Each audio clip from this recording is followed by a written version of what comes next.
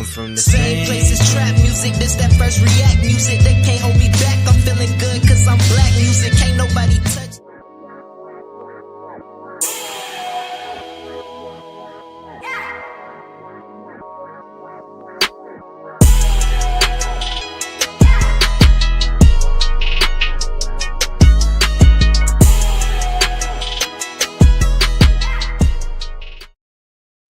Welcome everybody back to another episode of Cigar Sundays Live, where we define, examine, and analyze words, sayings, and phrases used in American culture. And tonight we will be smoking on wealth. So grab your thinking caps and get ready to smoke on words with two big nerds, myself, Chef Earl Pearl at DBCHEFTV, and the God Ali Dawood L at BK Farm, and we are the Cigarden Panel. Peace, God. How you feeling on this beautiful Sunday evening? Peace, God. You know, it's interesting because we talking about wealth tonight, and I'm feeling abundant. Yo, my bunnies had babies, son. I saw it. Y'all gotta follow the God on IG, on all the social media. Y'all just gotta look up BK Soul Farm. And y'all gotta go watch it because I saw that, God. I seen that. Yo, son, like that made me feel so good, right? Because you know, everybody think like you know the stereotype or the saying is, you know, to screw like bunnies or whatever, or make like bunnies. And that's true that they do and can get out of control. But when you are keeping them with purpose and with an intent, right? And you are actually trying to produce a thing, right? Like you really gotta make sure that everything is the way that it needs to be, right? Like your husbandry game gotta be like on point, right? Like everything gotta be comfortable, right? It gotta be clean, it gotta be dry, right? Like everything it gotta be breezy, right? You gotta have enough airflow, right? And like I don't know, man. Like, got to be safe. You know, I lost it to my dogs a couple times. I lost it to a couple raccoons. Like these things are tough, bro. Like if your stuff is not all the way everything, then the world will get you. But if you just keep on keeping on and just like really just be sincere, and like really want the thing that you say you want, man, your babies will produce, God. Like. Absolutely. Like it's fire. What you got going on? You know, always thankful for another day, get some breath, you know, see a new sunshine always. And I get into a little bit more of it later, but we you know, but we are celebrating because you know, we had family situations, medical things going on, and you know, we just you know, the universe is blessing us. The universe is definitely keeping us in favor. And you know, I'm just super thankful for that, you know, and just making sure that I can pay it forward and do the things that I'm necessary, paying attention to the things I need to do. Like you was talking about, like when you say that the dogs got it, when you know, when the raccoons got it, it's like those the learning lessons, like what we need to do to make sure that we got it. Because the weapons are formed against us, you know. What? Yo, son. The weapons are formed against us, and they definitely will prosper if we let our guard down. So we got to stay godly, you know. We got to stay godly for real. So that's all facts, you know. But definitely, God. Before we jump into tonight's show, y'all, real quick, man, like the guy was just saying, head on over to www.bksoulfarm.com and pick up this fantastic piece of literature by this brother right here, 1016-160 Self-Sustainability, the guy Ali Dawood L at BK Soul Farm. Link is in the description. You need to go get that, y'all. For real. It's so much going on in the world right now with with just a shortage of fertilizers, you know, in the implications of like what's going on with y'all see with Trump and her moves, and we're gonna get into all that a little bit later on in the show when we do our um flavor bombs. But you know, it's like you need to have this book is a tool and a resource that, like, if it does get to that point, you will wish you had it. Okay, you will wish you had that. You will wish you had read a few pages, because you're gonna be like, what do I do? What do I do? Where do I start? And you might be trying to take something from somebody and you might die because you're that desperate. Mm-hmm. You know, but you can do something now and be preventative, so that way if it gets there, you already prepared, you know. And we're gonna talk about that with our what we smoking on tonight. That's wealth. So and also don't forget, y'all, to subscribe to DB Chef TV and enter your name in the hat to win $100. Okay, each and every third Sunday of the month, we are announcing our winner, and tonight we got a winner, y'all. We got a winner.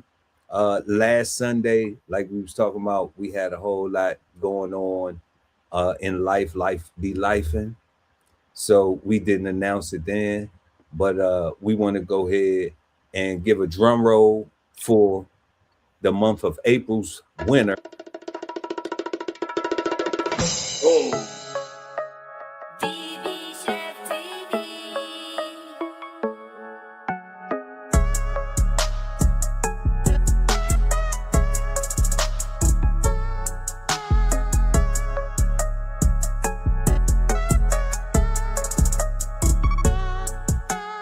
DBCHEFTV. Shout out to Bubbling Brown, who is hey. our subscriber. You know, they be in the chat. They be in the chat sometimes on Cigar Sundays. They be in the chat with Bows on the Table. I done seen them in the chat with brunch with the fellas. You know, they really be contributing to the network, supporting what we do here. So we love you, Bubbling Brown. Thank you. You got to get in contact with us. Send your Cash App information to Chef Pearl at DB Chef TV, and we're gonna get you paid. And thank you for supporting us. And we doing this for everybody that supports us and supports our content and what we do here at DB Chef TV. And like we always say, y'all, if money's tight, we got merch and everything. You know, we got BK Soul Farm merch, we got DB Chef TV merch. Links are in the description. And like we always say, if money's tight, it's all right. We're gonna still love you if you just go ahead and smash that like button. It's the freest thing you can do to support us, help us get this content in front of beautiful people like you and up in the algorithm. So moving right along, we smoking on wealth tonight. So we're gonna go ahead and get to our questions, y'all. First question: what do you think of when you hear the word wealth? Second, is wealth purely financial, or does it include things like health, peace, and relationships? Third, what are some common misconceptions about wealth? Question 4, how and what can younger generations learn from older generations about wealth? And then last but never least, our fifth and final question is the word wealth bad, good, or misunderstood? So to let y'all know how this goes, if it's your first time rocking with us, what we do is we answer our first question, and then we go to various sources. We do an AI search. You know, everybody learns off AI now, Chat GPT and all these different things. We got a crazy story about that with the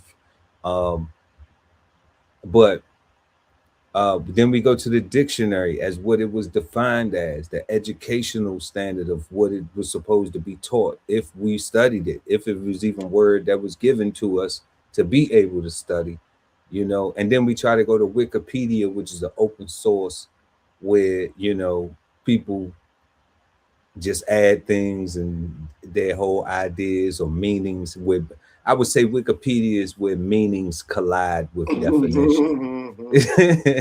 You know, if I had to sum up Wikipedia, yeah, that's what Wikipedia is, where meanings collide with definition.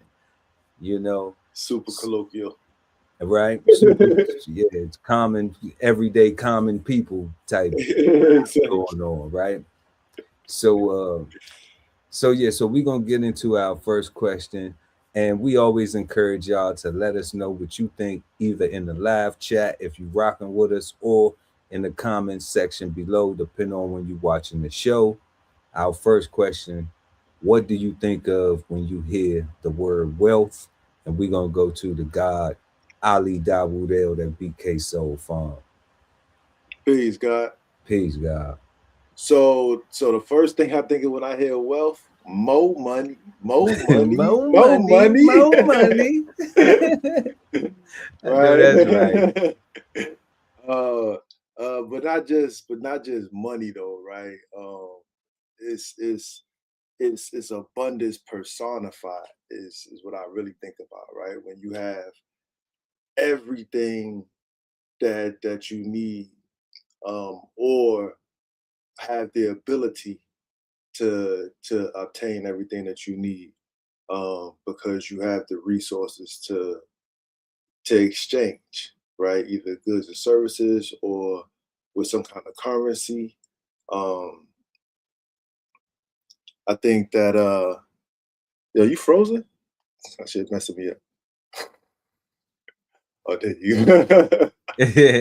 You say I might keep on rocking, guy. I'm back. I'm back here working the technical stuff on the backside, on the in the in the back of the house. Go ahead, guys. This You is got it. gonna be up. All right. Um, but abundance personified. Um, you said earlier about the book. It's not just even a cheap promo, but it's important to get the book because we are in those times now, right? The reality is, for any fruit tree, like real talk, if you want to talk about if it's real or not, you're talking between 3 to 5 years of growth, Right. before you get production. So what I'm saying, that's now. Put that thing in the pot today, Yeah, right? yeah, because it's gonna be a while before you get to eat off of it. That's what I'm saying, right? Like, Yeah. don't wait till the sky falls and talk about, yo, I need to go grow my own food, or I need some chickens, or I need fish or rabbits or whatever. Like, nah, it's way too late. Like, the sky is falling, right? Um, so abundance personified is also like a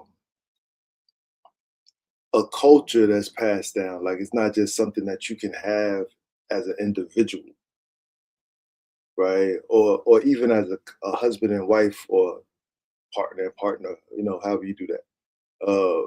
Scenario, right? It's something that is a mindset of maintaining this wealth or this status or these resources, so that we can constantly and always be able to sustain ourselves, right? Through our efforts, through the labors of an ancestor, right? That they labored. Um, we are gonna endeavor to keep their mission alive, because it benefits us in real time to do so, right? So that's what I think. I think it's more money, more money, more money.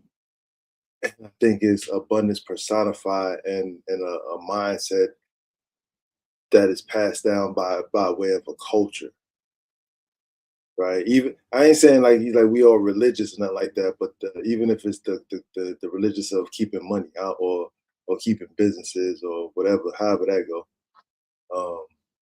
it's a whole thing that everybody know. Like, no matter what we do, we got to keep doing this and pass it down to our children. No matter what we do, we got to keep doing this, pass it down to our children, right? Keep looking forward to the future and modernize, right? Because we can't be stuck. Like, because you just can't get one fruit tree and just plant it and think you're going to be able to eat forever, right? Because things grow in seasons. Firstly, right? They only can produce as many branches and leaves that you have to provide nourishment, right? So you're limited all over the place. At the same time, you're abundant, right? Because you do have plenty of fruit. But if you plant more fruit trees, you just secure your abundance more. If you start planting more vegetables, more roots, like you just sustain yourself, right? And you just spread yourself out to where you got multiple options and more things to lean on and fall back on and secure yourself so that your foundation is super duper secure, right? Because that's the name of the game, right? To have a steady foundation. Because with that, man, you can do everything. Food, clothing, shelter, protection of that is way more than just the basics. It's the beginning of wealth, right? It's the foundation, right? The mindset to keep our feet cemented, to keep bootstraps, baby. You know what I'm saying? Like bootstraps. That's what I said before, right? Like you got a little house on the prairie where you actually build your house and we gonna build what we need. You know, compared to the MTV cribs where we gonna rent the biggest house on the block so we look good and we gonna keep it for as long as we can keep it for. And we gonna keep putting something on our bills and not pay everything because we just wanna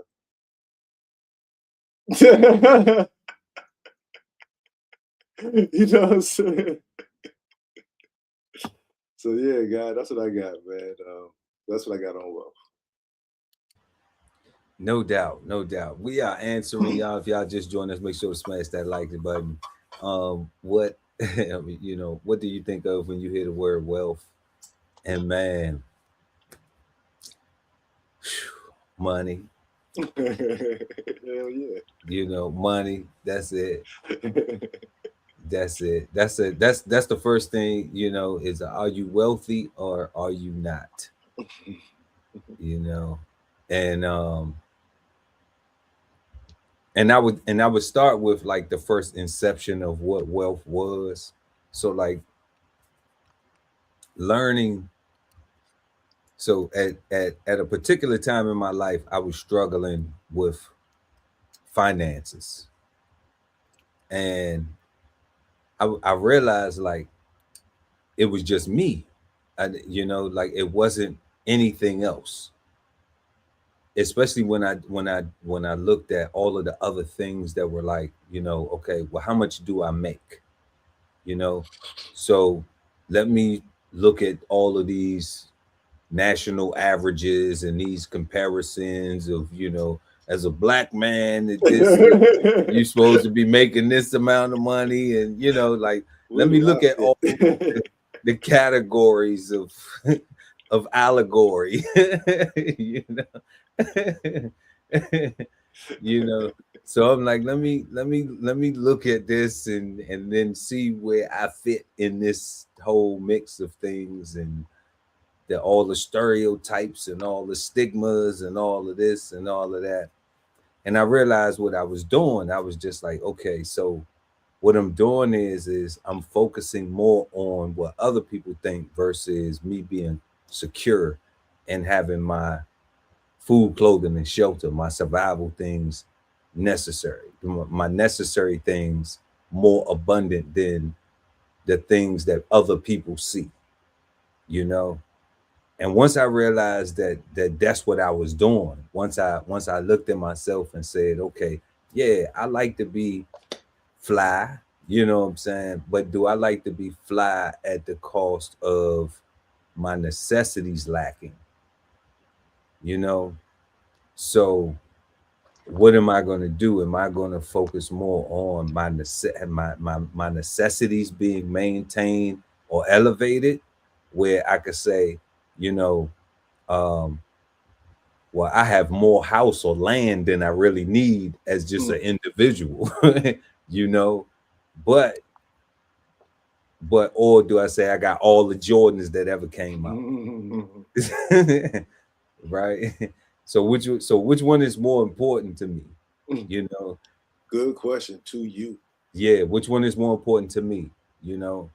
And that's when I had to figure out, like, you know, what wealth looked like for me. You know, what did I value as far as, and then also the contrast comparison of what is wealth.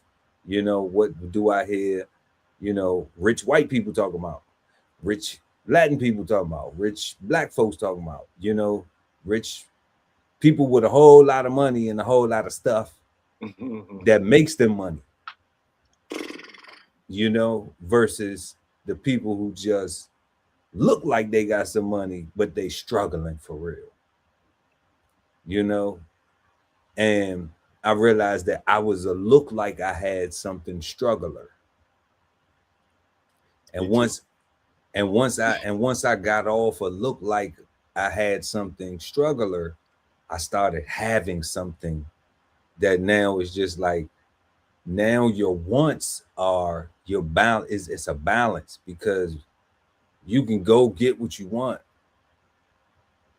but then it's like you don't even want it, you know.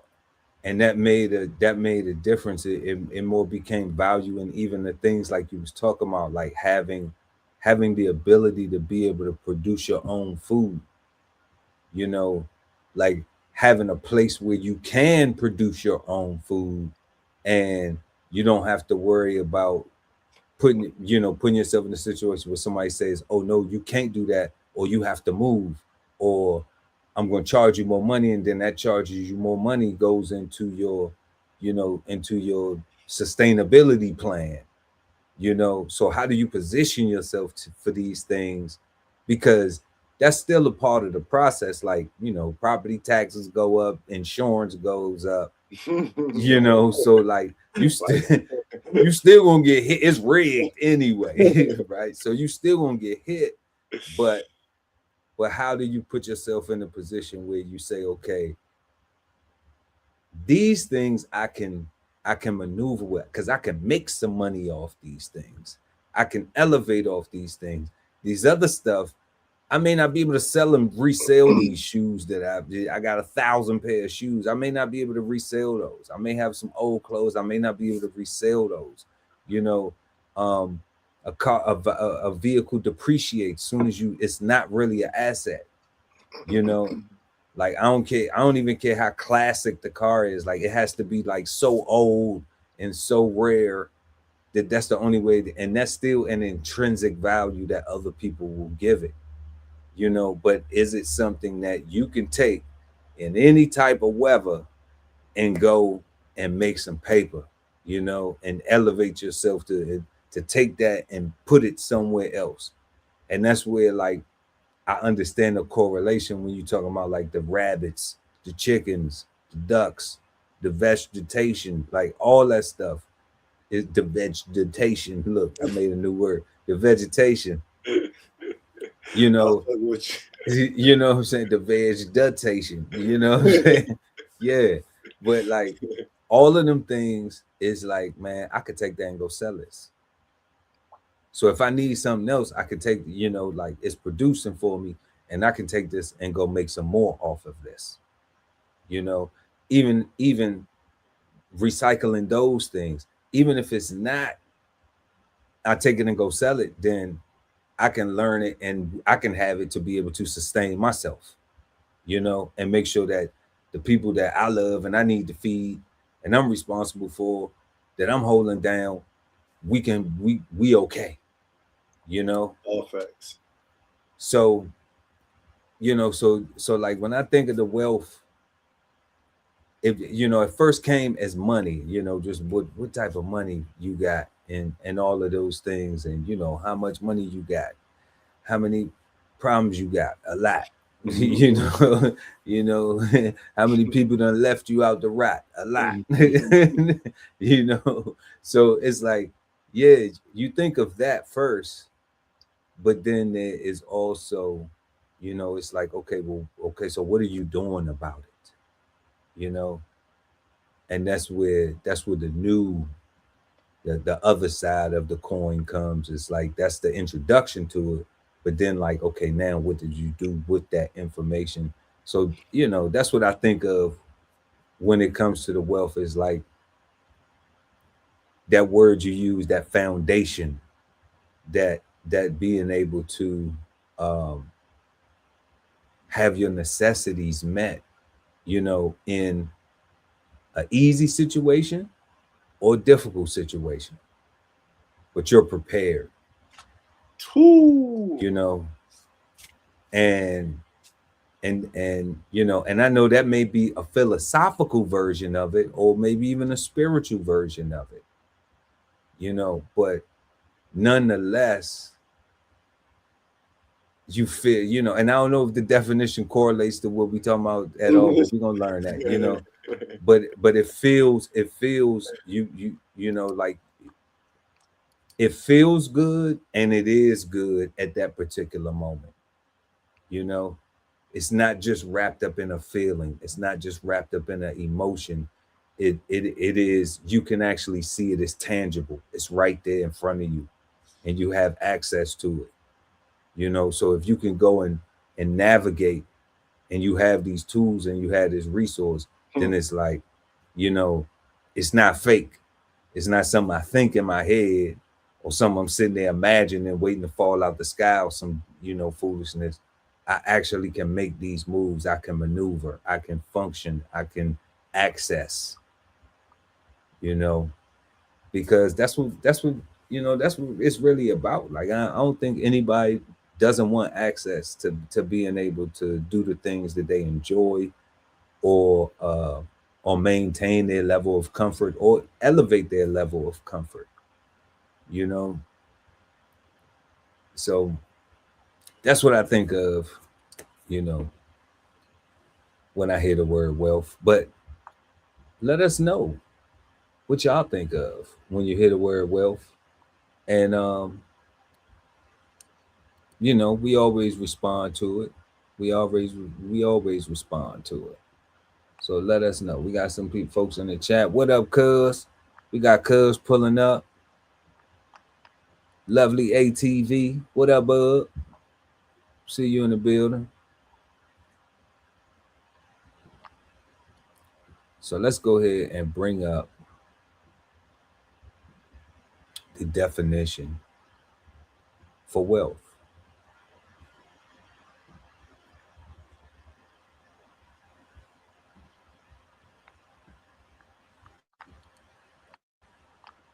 So we got wealth, y'all. We got wealth. We got wealth. And wealth is a noun. And our first definition is, it gives us an abundance of valuable material possessions or resources. Abundance of valuable material possessions or resources. Okay. 2, abundant supply. And it's listed as profusion. We need a profusion. we need profusion. That's what we need. Profusion and abundant supply. Okay. 3A, all property that has a money value or an exchangeable value. And that's what the guy was talking about. That's what I was talking about, where I can go and make some moves. A lot of times, we'll get back to it though. Let's go through the definition. We'll get back to it though, because that right there, is causing a lot of young people to go down the wrong path. So we got B, all material objects that have an economic utility. Okay, and then it says, especially the stock of useful goods having economic value and an existence at any one time. National wealth. And then we have, what's obsolete, is will or welfare. Welfare is no longer considered wealth, y'all. But maybe to some it is. Especially how we seen when they was going to cut it off. Everybody was talking about all the wild stuff they was going to do to hopefully get them to turn it back on. It was talking kind of crazy. They was talking real greasy. Everybody got greasy. But yeah, so that's wealth right there. And let's go ahead on over to the thesaurus to see how wealth is given to us in the synonym form. So it's given to us as in assets, as in loads, and also as in abundance. So when we see as in assets, we see the total of one's money and property. Okay. So we have assets, capital, fortune, money, riches, funds, things, worth, possessions, prosperity. Ain't that what the God always say? Peace and prosperity, right? Yeah. Prosperity, holdings, resources, savings, opulence, success, means, substance, finances, property, effects, abundance, affluence, wherewithal, belongings, in your wallet. What's in your wallet? Chattels, treasure, acquisition, paraphernalia. Dang, that's got a whole different definition in the criminal in the Black's Law Dictionary. You know, chattel kind of called me off guard. Even chattel, right? Kind of called me off guard. Like what? Well, not really. If no, that's why not really though. Not really though. You know, we kind of nerds. We kind of we understand what chattel can be has been used in different sentences. So there is a wealth in that if you are expending that chattel, right? Which and if it's a definition or a thesaurus word for it, it just goes to further second them not doing reparations. And there you go, because right there you go. And you took it. Yeah. Why you gotta be so smart? Why you smart guy? Why you gotta be so smart? Oh man. Exactly, God. Exactly, God. Oh man. Yeah, because they sold out ancestors. I'm gonna go ahead and double down. They sold out people, right? Man. Chattel, right? They sold out people. So that was wealth at the time to own slaves, right? Oh man. So they literally would have to give. Oh man, yeah, they never ever gonna apologize, guys. Never. I mean, they already said they're not. They already said they're not gonna apologize. But now that I see this in here, like I'm already knowing. Assets. It was slaves. It was assets. Chattel. That's a lot. I know. I don't. Man, that's a lot, God. Let's finish the show because that is just every time I hear it, it just, it just, you know, it just. Every time I think about it, it's just like we're gonna get back to it tonight, though. Yeah, Trust me, we're gonna get back to it because we got a flavor bomb that's gonna bring us right back to this chattel stuff. Treasure, acquisition, paraphernalia, treasury, personal property, bankroll. Shout out my little cuz, big bankroll. Vulnerables, personality, accession, deep pockets, a nest egg, and reserve.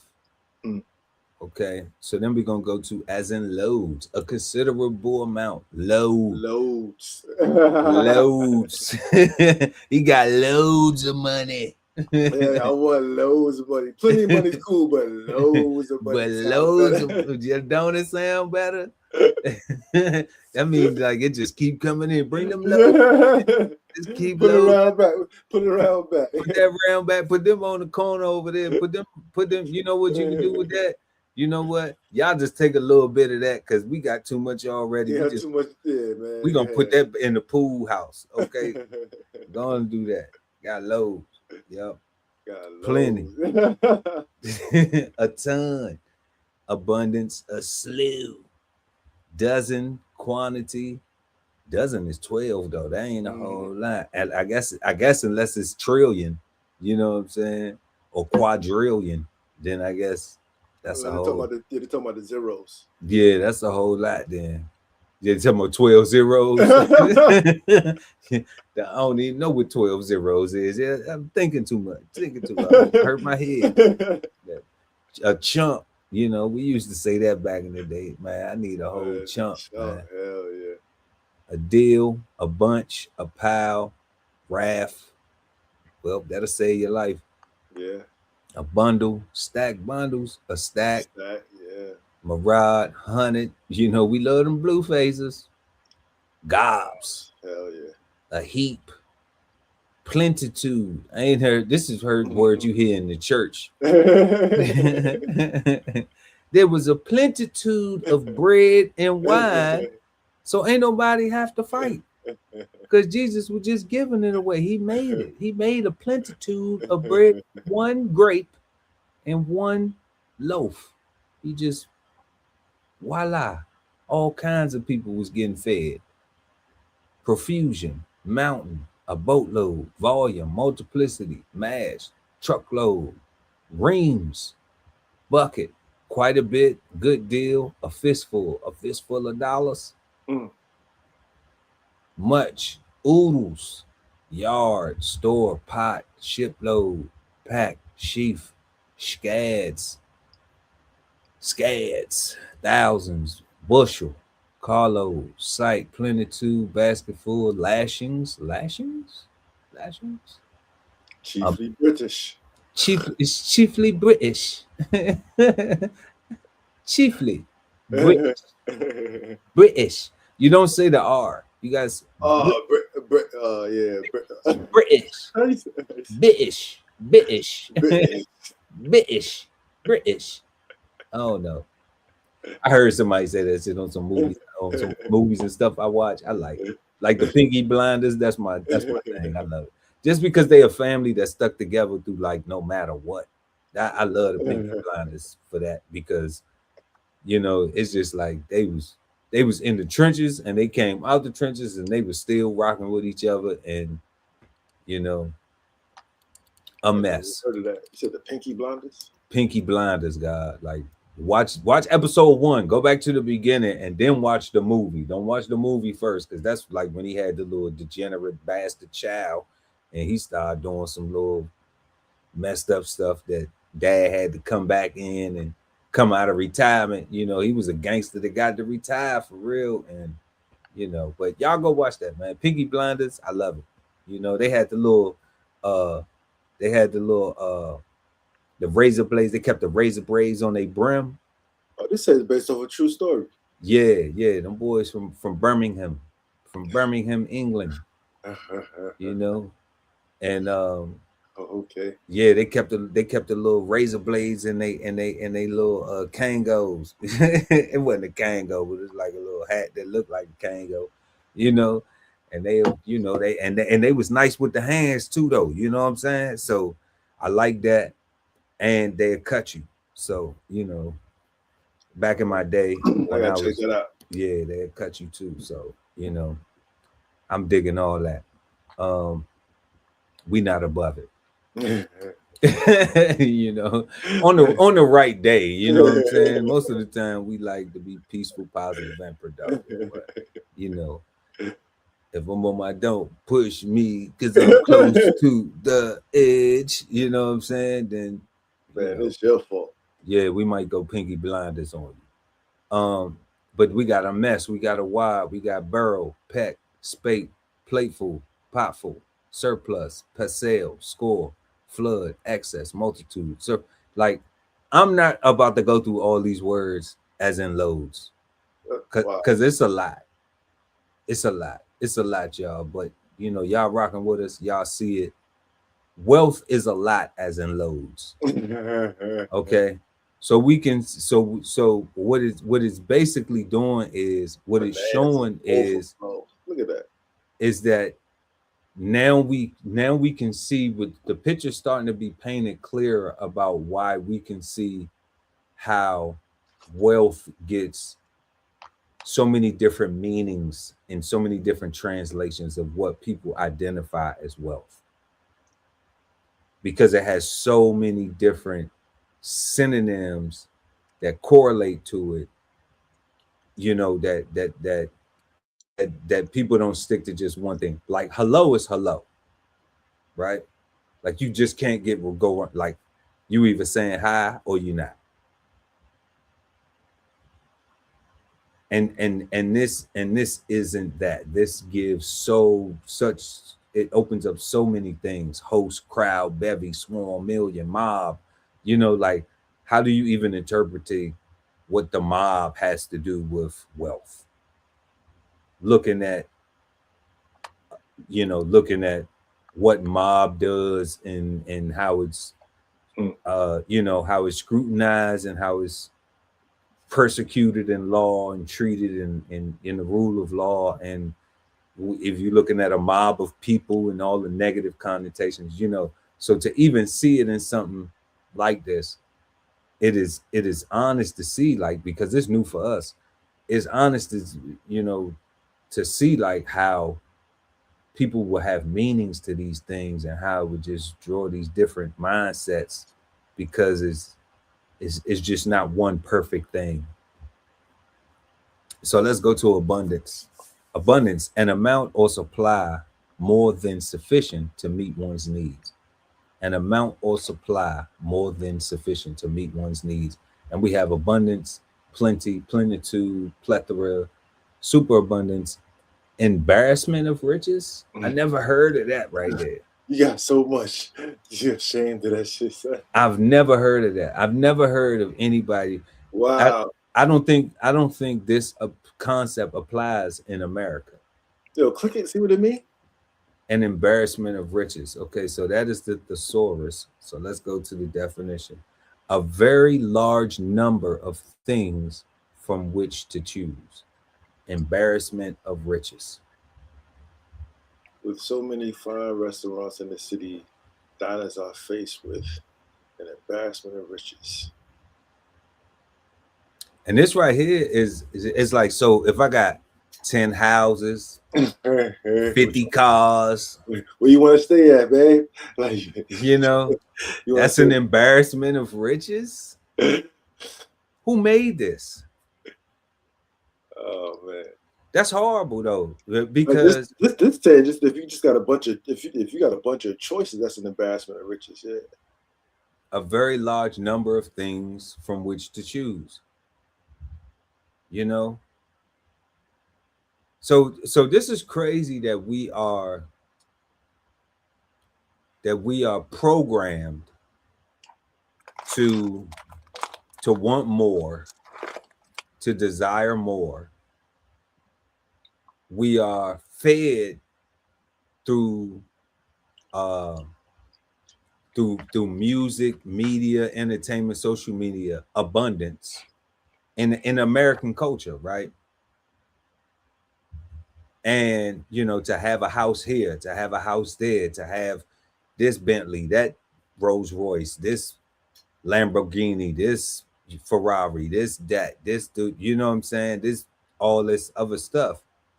But then there's actually a name, a term called embarrassment of riches, which means a very large number of things from which to choose, which is so simple.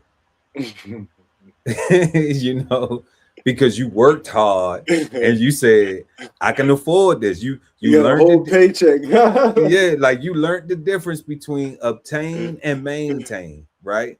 So you may be a person that says, you know what?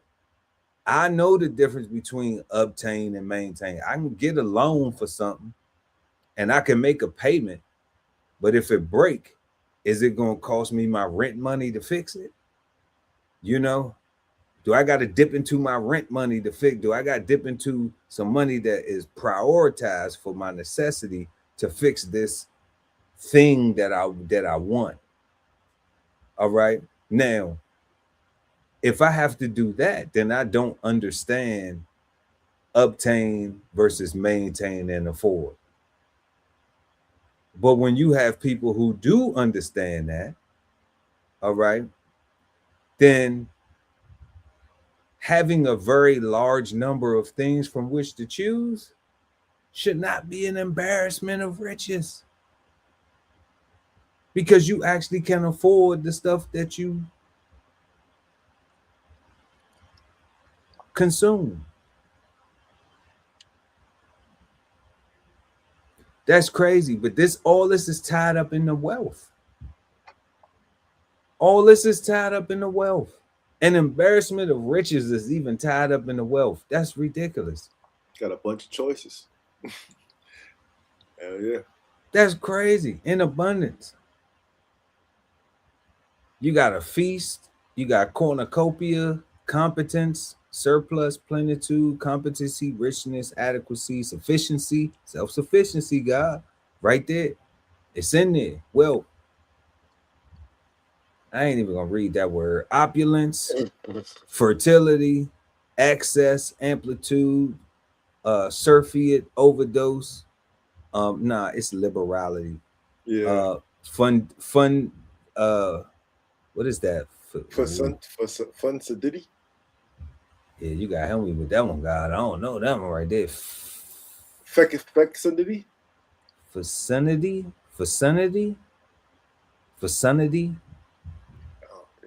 I don't know. Fruitfulness, though. We hear that one in church all the time. Be fruitful. Be fruitful. We love that. Yeah. Overflow, oversupply.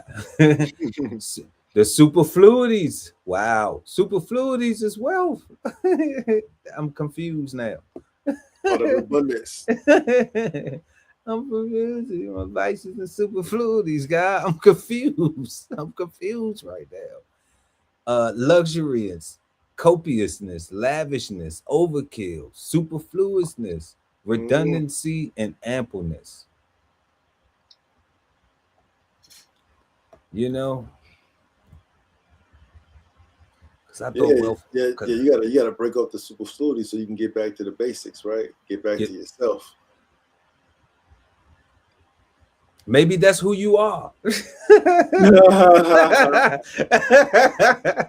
Maybe that's who you are, guy. I don't know. You know what I'm saying? After dealing with some of the people we done dealt with, I'm thinking, I don't know. That's all facts.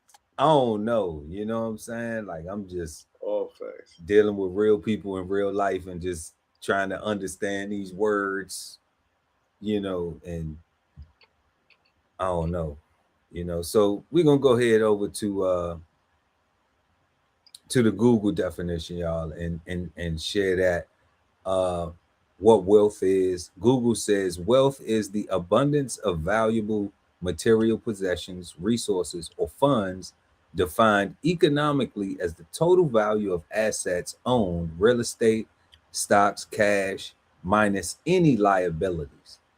Okay, and that the liabilities is what you owe. That's the minus. Okay. It represents an accumulated financial security, and in a broader sense can refer to a profusion of non-monetary assets such as health, knowledge, or, for example, a wealth of experience. Okay. I like how they put health in there. Yeah, because we do hear the clichéic saying that health is wealth, right? That's something that's a cliche out here that people use, a saying, that health is wealth in American culture. So the fact that the AI overview says, hey, gotta have some health in there too if you want to be wealthy. You gotta have some knowledge too. You can't be a dummy. Like Fred G. Sanford used to call Lamont, you big dummy. So you got to have some knowledge too. So let's check out Wikipedia real quick too. And Wikipedia says wealth is the abundance of valuable financial assets or physical possessions which can be converted into a form that can be used for transactions. Okay, this includes the core meaning as held in the originating Old English will, which is a form of Indo-European word stem. The modern concept wealth is of significance in all areas of economics, and clearly so for growth economics and developmental economics. Yet the meaning of wealth is context dependent. Okay. Mm. The meaning is context dependent. That's true. The meaning. The meaning. The definition is different, but the meaning is. With the meaning is context dependent. Yes, indeed. And that's why we had these conversations, God, because you know this already. I'm just saying it for the viewers that's be rocking with us. You know, everybody has meanings that they put to stuff because we don't take the time to study the definitions of these things. You know, because life be life and everybody be having to take care of what they got going right then and there. But that's why we appreciate y'all for rocking out with us each and every Sunday night right here, Cigar Sundays live, because we trying to figure this stuff out too, because we be having life going too. We be having stuff going on where we forget things and got to do stuff and all that type of stuff, you know. Where we trying to get our wealth too. We trying to get our abundance of valuable material possessions and resources too, because clearly ain't no reparations coming at all for us, you know, because I could have swore that when Hitler was doing what he was doing to the Jewish people, that was law too. Okay. I could have swore that was law too. All right. So that ain't nothing against the Jewish people. That I'm just saying that's something against the people saying that it was law. That okay, so and they got paid, so why can't the black folks get paid? Because that was law too, right? So they even had to wear stars and everything. I mean, we got. So you know what's crazy, God? I'm listening to you talking right now. Right. I'm just saying, guys. Nah, like because it was saying, guys. Because before, like whenever I even thought about reparations, it always had to deal with some form of morality and an apology and a starting over, starting from a zero. But now with what they talking about, like it's all just like cut the check, motherfucker. Like it's like you really not gonna say sorry. You really not gonna pay. And you're not gonna pay me. Like it's not gonna do this thing. Like, do nothing. And you better not ask. And you better not even ask. Like so, it's all about the motherfucking money right now. Like it's like that's all you can really think about because they already said they're not apologizing. Like for what? What Tip say? If it ain't about the money, don't be calling my phone. I'm talking about the money. Yeah. Real facts, God. Like that is I can't believe I'm gonna say something later on. I'm just saving it. I'm gonna say something later on because I am, you know, I am traumatized. I'm hurt. You know, like I remember Nana V doing all of the everything that she has done, you know, to ensure the Sankofa, you know, to ensure that we even know what that is, you know, to even know what, you know, understanding what a middle passage was and all these different things. Like I would not know these things if it was not for my mother, you know. So the fact that every single February we had to deal with this stuff, we had to, you know, relive it, and the baby still got to relive it every single and they the only ones that the Hispanic child, the Latino child does not have to feel bad when they on February they leave and they say, oh, they was owned by the white people. The white child gets in the car and says, why you ain't tell me that we own, that grandma and granddaddy own black folks? The Asian child says the same thing the Latino child says, the Latin child says, and so does the East Indian child, you know. That white people own. What you learn today? Or we learned that white folks owned some black people and they were slaves and they gave them everything. So black kids, the only ones that still got to get traumatized by this every single February, and they talking about we made it legal. It was the law. We made the law, so we can't, of course, be held guilty or nothing or persecuted because of law we made, and we did this, and we not gonna pay them nothing. But yet and still, this ain't a shot to the Jewish folks. It was law when Hitler did it too. And the Jewish people got paid.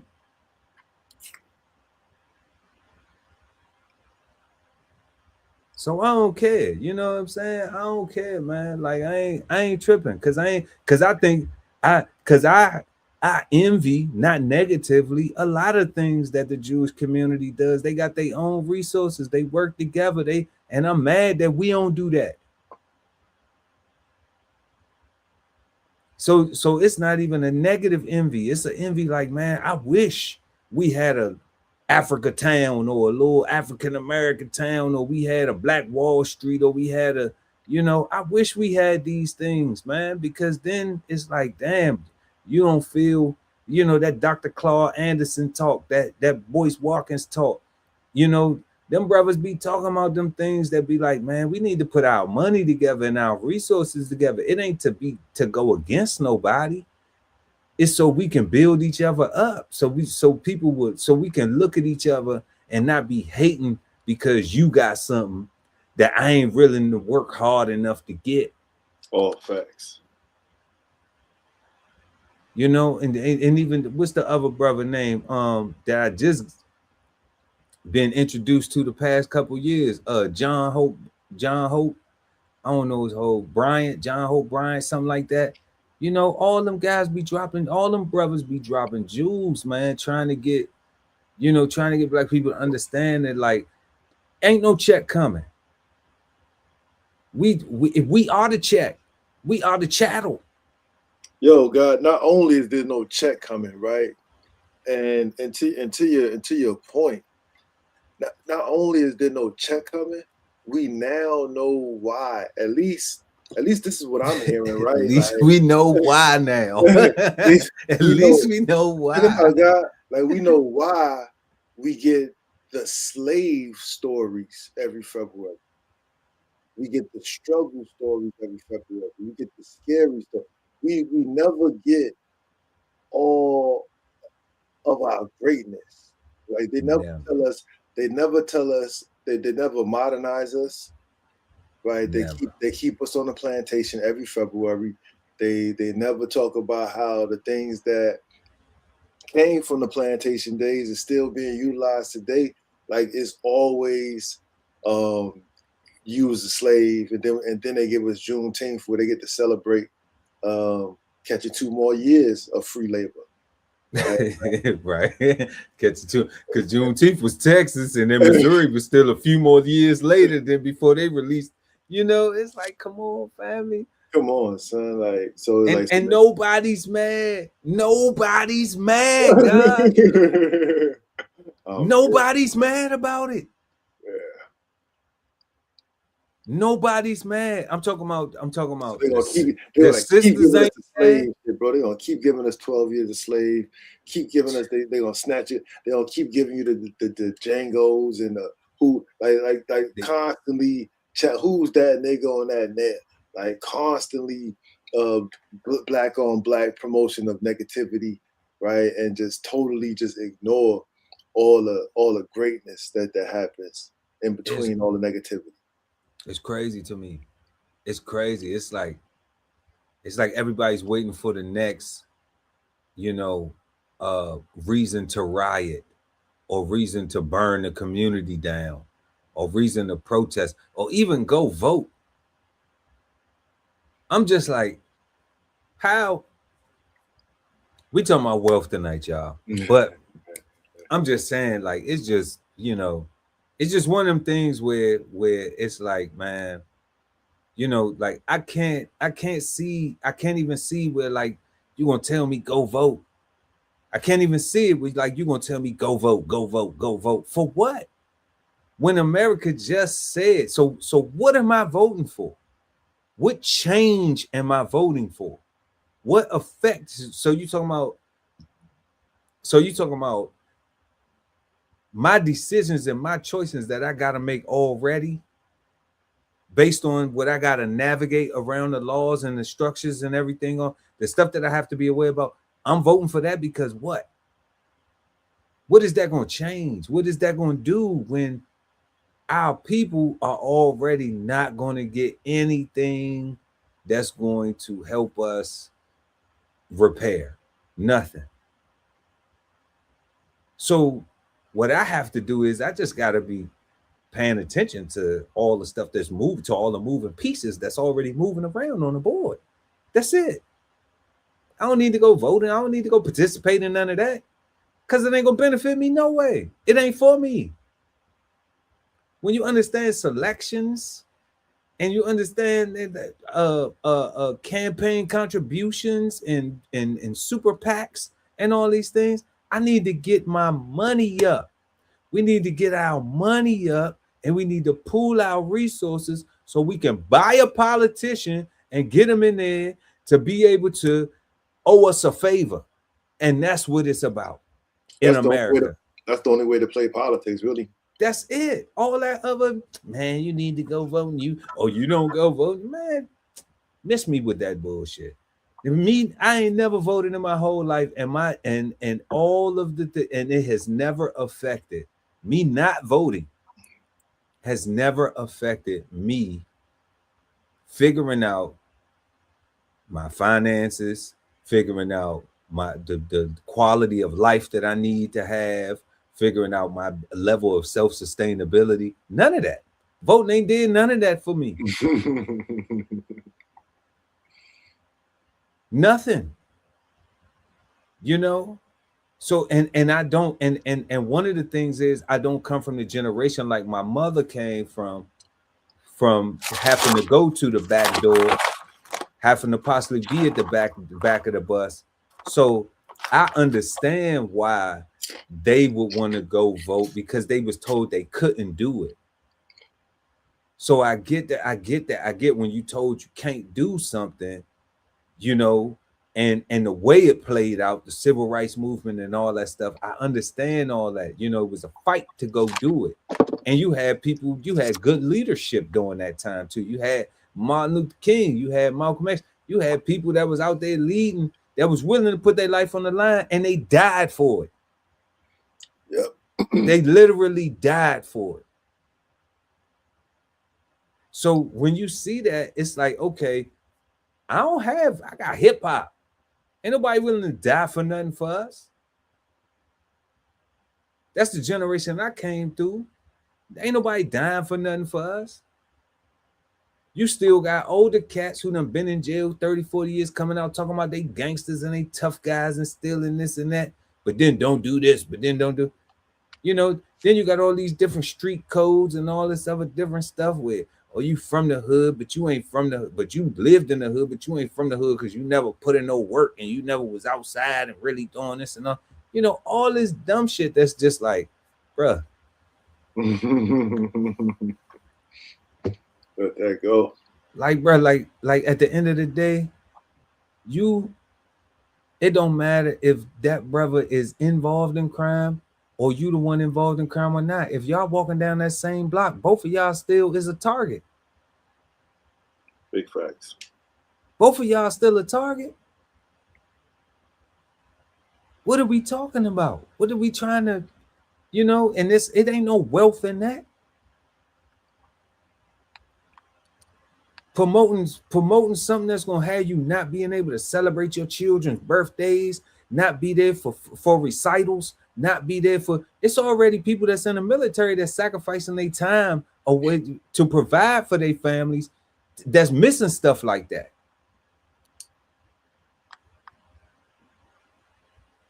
Because they want them to have a better life.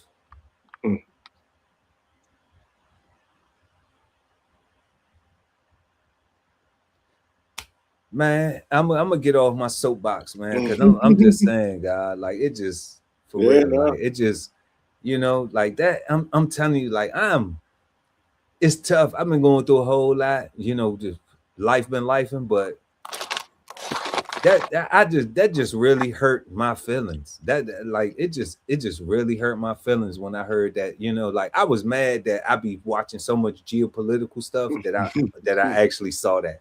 Cause I was like, man, if I was just oblivious watching rap stuff and all this foolishness and all this other stuff, like I never would have saw that, you know. I'd be one of these people out here that just don't even know that the United States just told the whole world black people ain't never getting no reparations. They better not ever ask again.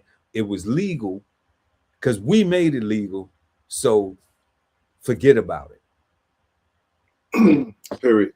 Through the whole slavery history, through the whole civil rights movement, through Jim Crow, through redlining, through Willie Lynch, through all this stuff. None of that stuff.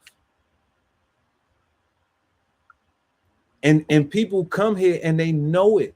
You know, they'll say it, they'll know, like y'all was just slaves. They'll look down on you.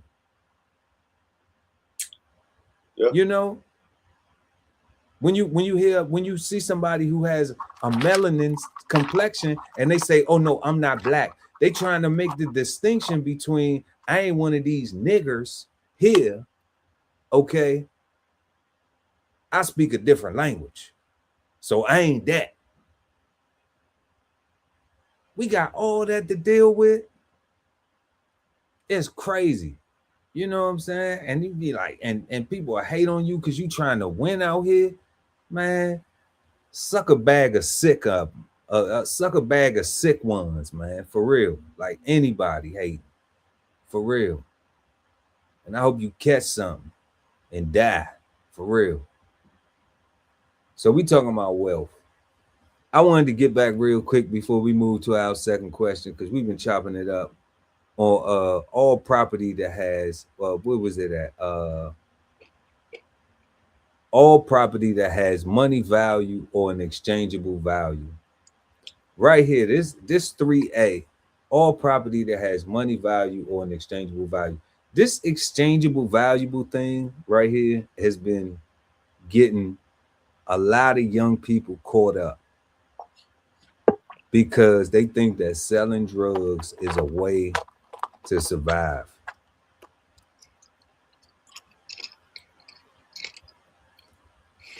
This don't get you no wealth or nothing. When they talking about exchangeable value, they talking about the things like we was talking about earlier, God, with like I grow vegetables. Okay. So I can take a little stand and put it in my front yard and say, hey, y'all, I got vegetables for sale, you know, and because I grew it and the sun provided the energy and all I had to do was go out there and maybe rake a little bit around it, prune it a little bit. Okay. I don't have to charge you what the grocery store is charging you. So that has some exchangeable value. If I got some chickens, some rabbits, some cows, some goat, some whatever it is. All right, yeah, I gotta feed my goats. But if I'm doing that in a holistic way where I'm growing the food that I'm feeding the animals and everything was working off itself. It's all one big ecosystem. Okay, they boo-boo is fertilizing the food. The vegetation is feeding them. It's cycling all around. Okay, then I can still take these things and I can go and give some exchangeable value. They have some, because everybody need to eat. All humans need to eat. Okay, but when we talking about, it ain't no you get locked up. I ain't never seen nobody, no young kids standing on the corner selling water get locked up. They're not getting locked up for selling water on the corner. I ain't never seen nobody selling flowers or selling fruit cups on the corner get locked up.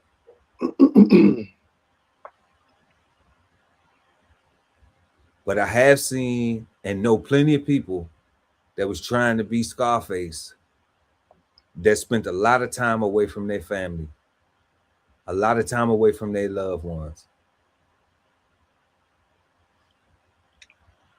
And they wish that they had taken that time and that energy and invested into something else different so they wouldn't have lost that time with their loved ones.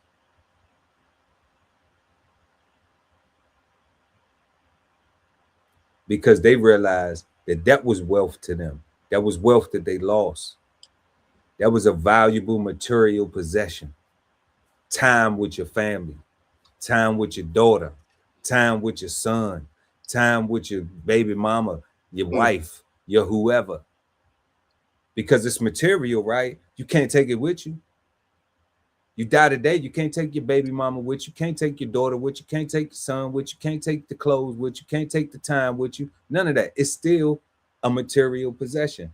We're not valuing an abundance of our valuable material possessions or resources. Friends, that's real friends, that ain't fake, that ain't on some, oh, I'm cool with you being real, but then when you be too real with me, then I don't want to be your friend no more, because I'm cool with you being real with everybody else, but once you be real with me, then now I don't want to be your friend. You're supposed to treat everybody else like that, God, not me. But not me though. You're supposed to be real with everybody else, but don't be real with me. It's still material. It's still something you can't take with you. But is it valuable? Even in those situations, we gotta see when people don't see that being real with them is valuable. Okay, cool. Call me a hole. Call me this. Call me that. I don't care. You know, Eminem made a song. I am whatever you say I am. If I wasn't, then why would I say I am? I don't know. That's just the way I am. You know, I don't own the copyright to the lyrics. I'm just saying.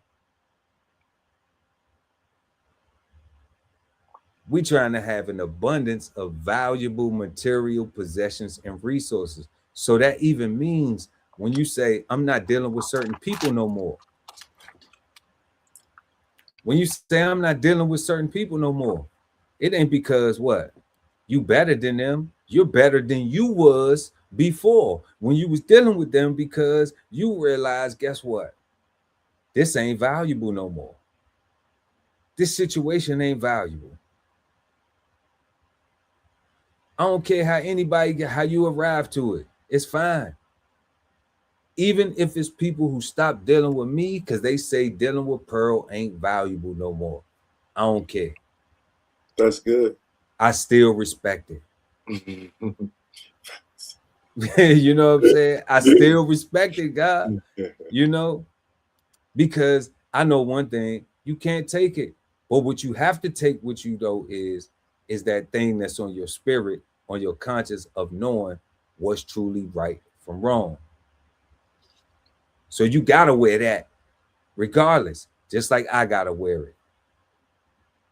We ain't exempt from that. But we can have whatever material possessions and resources that we think are the most valuable. And that's fair, you know, for all people. And I think we need to go ahead and jump into our next question, where is wealth purely financial, or does it include things like health, peace, and relationships? What'd you say, God? I think it's primarily financial. But it does include all those things, love, peace, and relationships, right? And your health. You know, I think it was what the Google AI that said that added health as part of their wealth definitions or whatever, or wealth meanings. Yeah, nah, like it's you know, like we're saying, right? Like it's not something that you can obtain for yourself alone, right? It got to be something that's transferable or passed downable. That at least historical, right? Like you got to go down to history. Somebody got to be able to follow the pattern that you set. So it got to be more than just the money. because if the currency change, and if all you got is, you know, your money in this one exchange, then you're not wealthy no more. If quote unquote another country wins the war, so to speak, right? So you got to be able to match and meet the current environment the same exact way that you are right now, right? So if you got a whole lot of dollars, make sure you also got gold or something universally exchangeable, so that you can maintain the same conditions that you used to. At the same time, you also got to, you know, be thinking about your belly too, right? So when you make changes, or even like when you move from like city to city or state to state, or even from country to country, you have to budget groceries. Even if you don't budget it, it's still happening, right? Like you're still eating every single day, and you got to account for that. So, I mean, maybe that's money, but with food, there are things that you can do to mitigate, right? You can grow to cut costs, right? You can do food shares and actually get in programs and actually do things to save. But yeah, like to answer the question directly, though, I do think it's more than just money. I do think is health and relationships, respect and all that, and everything else that was in the question. No doubt, God. I'm you know, when we look at it, you know, is wealth purely financial, or does it include things like health, peace, and relationships? You know, I'm under the impression that relationships are so much a part of wealth in today's society, that it's ridiculous, because a lot of people put more emphasis on relationships that you have than how much money you have. You know, when we look at let's say, people may not even have money, but we have a culture where, you know, people will have relationships, and where I say, like, people will stand with each other and being wrong. Yeah, You know, because it's beneficial. Right? So it's like people will stand with each other being wrong, and they'll figure out and they'll think that that's, you know, well, that's a wealth in a relationship, because I got somebody I can depend on, who will rock out with me, even if I lead them to the fire, or I lead them to, you know, the smoke, or the what you call that thing, the Gatling gun. Mm-hmm. You know, I don't care. I just run up with them. I'm gonna run up with them no matter what. Now, I have a perspective on that, because I be like, if I love you, I don't care if you wrong. I just want to know you wrong before we get there. Mm-hmm. You know? So like that's where I'm at with it, where it's like, give me an option to be able to say, all right, I'm gonna rock with you, even though I know you wrong. Even though I know you wrong, I'm still gonna just rock with you, because, you know, I'm gonna go ahead, I'm gonna crash out with you. Yeah. You know, even though I know you wrong. Kind of like on some Pooch Shiesty with his dad type thing. You know, like his dad knew he was wrong, but he loved him, he loved his son, and he just like, you know what, I'm just gonna crash out with you. I don't agree with it, Correct. but I understand why it happened, you know, the way it happened. So I'm thinking that, you know, people that's the meanings, you know, like the way the Wikipedia was saying that there's a meaning towards this thing, you know, based on the context of what people view wealth as, you Yeah. know. to that dad in that situation, you know, to Pooh Shiesty's daddy, his father in that situation, he felt as though that was a wealth to him to be there to support his son through that, what we coin over here on Cigar Sundays as ignorance, you know, because there definitely was a way better way of handling that and a more intelligent way.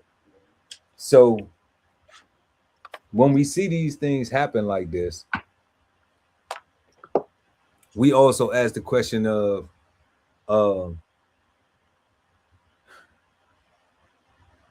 is it just financial? Well, the definition said abundance, right? So we know that everything isn't always an abundance of dollars.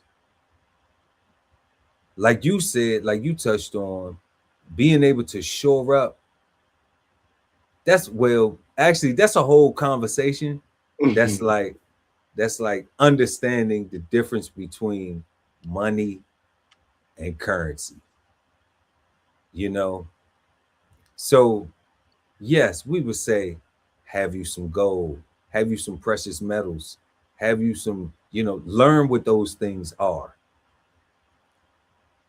But besides a necklace,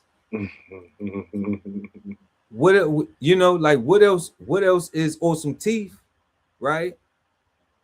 What else in the Black community concept? You know, what else in the Black community concept is facilitating a narrative that says, like, look at these, to examine these things as a whole, because you fighting against the money sleeve and the money phone versus real knowledge of what currency is and what money is. And it's more things pushing materially the money phone and the money sleeve than the thing that you so eloquently stated of owning some gold and some money, some real money. You know, God. So it's like, how do we get around that? Because we see like we see the OGs, we see the Boyces, the Dr. Claude Andersons, the John Hope. We see them guys, you know, promoting business and entrepreneurship and intellectualism, you know. Is that a word, intellectualisms? It sounds like a word. It sounds like a word. We rocking with it. It sounds like a word, right?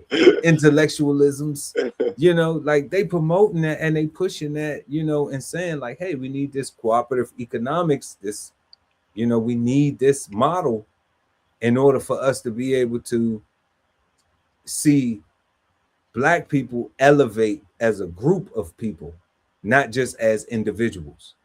Facts. You know, but we don't see enough of the coming together of the you know, of the from a family dynamic, or just a brotherly friend dynamic. You know, it's so rare. Like your shirt say, God, like we out here, we just spread apart. But it's like, it's even so hard for, even when we spread apart, for those to be like, okay.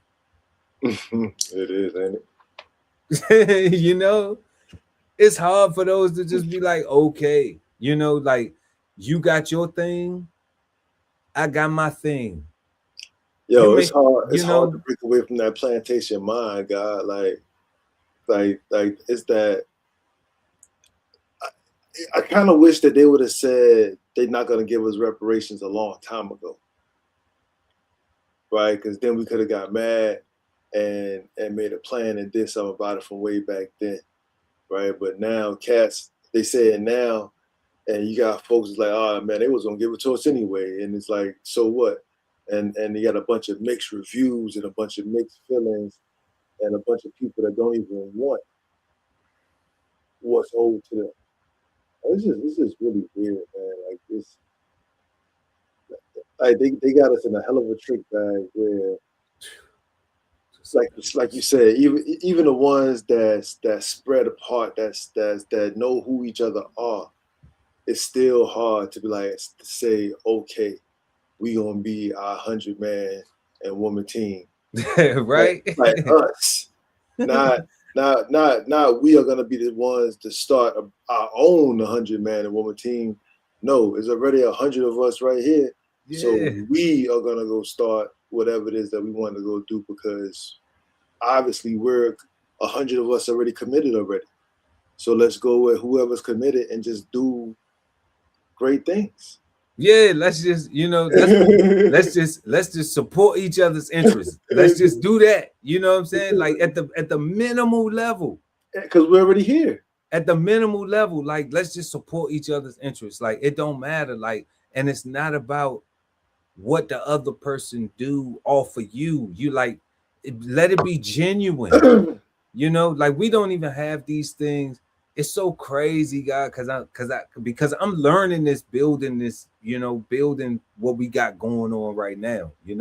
Like it's such a learning experience when you just like, damn, you will, like you will say to somebody like, look, I ain't charging you no money because I don't have no money to pay you. Like I haven't made no money. You haven't made no money, so I wouldn't want you to be trying to, I wouldn't charge you, So like, let's grow together. Let's build let's just, whenever I got it, like if you see me hustling, I'm out there, I got your pack out there too on the block, Right next to mine. Right next to mine. So like when you see my pack, your pack right there too. Like, and I don't need no commissions. You know what I'm saying? Like it's just love. Even if your pack sell more than my pack, I ain't even tripping. Like I just want to see we out there. People will know I got your pack at least. People gonna know I got it. Period. Right? They gonna coming to me because I got that good. That's right? it. That's it. And that's the reason why. That's the reason why one, I had to leave the streets, because that's how the type of hustler that I was. Because I'm like, and I had so many dudes that I had a pack, or I be showing them love, and they be mad because now you moving more they pack than they moving for themselves. I'm like, how you mad at somebody moving your pack more for you, and you can't even, you mad because your man got motion and you ain't got the motion? Like, then you should want to put more work into him, He ain't saying, nah, I don't want no more low. He's saying, man, bring it. I got you. And he gonna give you your number. You know what I'm saying? Like, that don't even make sense. Like, he ain't asking for nothing. He ain't, like, I don't get it. And that's why I just be like, man, people don't realize like how you have to build. Like, at some point in time, that person will see and they rocking with you, so they gonna show love. And you shouldn't be, if you doing it out of love, then it shouldn't be no you expecting to get something. It should be like, man, that person is gonna build. If you helping somebody build, like, then it's building. We building. It don't matter. It's just what I found is a lot of people be trying to use you, and they won't tell you that they just want to use you. And then when you confront them and say, yep, if you just want to use me, just say that. Just say you just want to use me. Because at first it was this, now it's this. So am I wrong? Or is this what it is? Because if that's what it is, I just want to hear you say it. Not so I can punch you in the face. You know what I'm saying? I just want to know, so that way we can be on the up and up, so it can be fair. That's it. Because now, if not, you acting like the oppressor. you know. And if you acting like the oppressor, then you know what I'm saying, then I have to treat you as an enemy because that's how you acting. And if I had love for you, I don't want to treat you like that. I want to make sure that it's right. So that right there is what we be talking about with this effective communication. Not being scared to have these conversations, these bold conversations, because guess what? If you a man and you say you a man, but I can go home to my wife who is of the whole emotional feminine diaspora and we can have these conversations, then I'm going to say, which we shouldn't be doing this. We shouldn't be, then you weaker than a woman. But you know what I'm saying? You know, but we shouldn't do that because we talked about that before in 1 hour shows, 1 hour topics where, you know, it's punching down, it's dick. But it's just like, but I mean, but am I lying though? I'm just like, am I lying? Am I really lying on you? Or is you just, you know, a band? Are you banned? A BA? You know what BAN? Are you banned? You just banned. You know, you just banned, man. I ain't messing with you, man. You just banned. You're banned. You know, that's a nice way of putting it. You like that, guy? That's a nice way. You're banned, man. You just banned. You know, like I still got love for. I don't want to do nothing. I don't want to harm you or nothing. But you're banned, man. Like I just, you know, like I just, you know, until you show me something different, man, you banned, man. Like because you could tell it to me when you say when we talking about those relationships, when we talking about a wealth of relationships, when I say, man, look, pull me to the side and say, I need to talk to you, man. I don't like blah, blah, blah, blah, blah. You know what I'm saying? Like, tell me that. Like, if we fight, then we fight. You know what I'm saying? If I get it twisted and I get beat up or something, you know what I'm saying? Like, then, hey, like, that's what it was. But listen, it's just like, pull me to the side and give me a chance to be like, damn, that's how you feel though. Like I see you all tough with your chest out and everything. Don't do nothing. Like, damn, my bad. Like, let me apologize. Let me hug you. Let me, you know, put myself back in check. Let me check myself and understand, like, okay, the wealth is in the relationship. This how you felt about something. So let me just explain myself. We work it out, keep it pushing. But if you don't value that at all, then I have to assess it and say it was no value in it from the beginning, because you could just easily get rid of it. You could just easily toss it away like it wasn't nothing. You know, so that's why I look at the health, of course, and then peace. I think we get peace through all of that, you know. We know what the health is, but moving on to our third question, y'all. Before we do that, y'all let us know, is wealth purely financial or does it include things like health, peace, and relationships? Y'all let us know how y'all feel about it, what you think about it. Exchange your insights in a live chat or let us know in the comment section below, depending on when you're watching the show, y'all. Moving to our third question, what are some common misconceptions about wealth? What you think, God? Common misconceptions that is easy to come by. I think that a common misconception is that you can catch a lick and get wealth. That you don't have to put in a lot of effort. You just need to get lucky.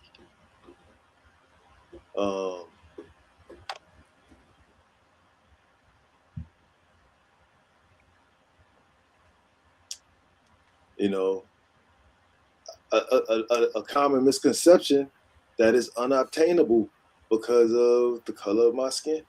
That is unobtainable, right? Right. It's unobtainable because our people don't even want it. Right. Like like the common misconception is like when people think wealth, it's kind of like when you think about Santa Claus, you think about a fat white man. not even a black one. You know not even Black Claus. Nah. When people think about wealth, people think about, you know, Warren Buffett's coming to your minds and all those tycoons and anybody that could be considered a tycoon coming to your mind. Not you. Not right? yourself, right?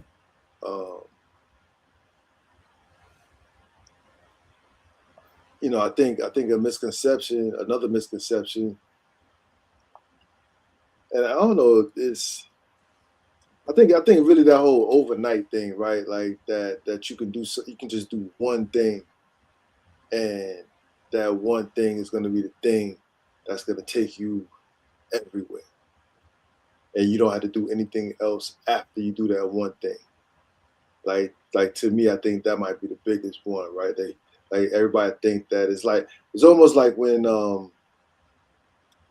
somebody say, "Oh, I've changed." Right? It's like, all right, you said you've changed. Yeah, you said that yesterday, right? And you meant it yesterday. But that means today you actually have to have changed behavior to actually have changed. Otherwise, you just changed yesterday and you back to the way you was today. Right. So. Did they really change though? I'm confused. I'm so confused. They changed back. They changed back. Right.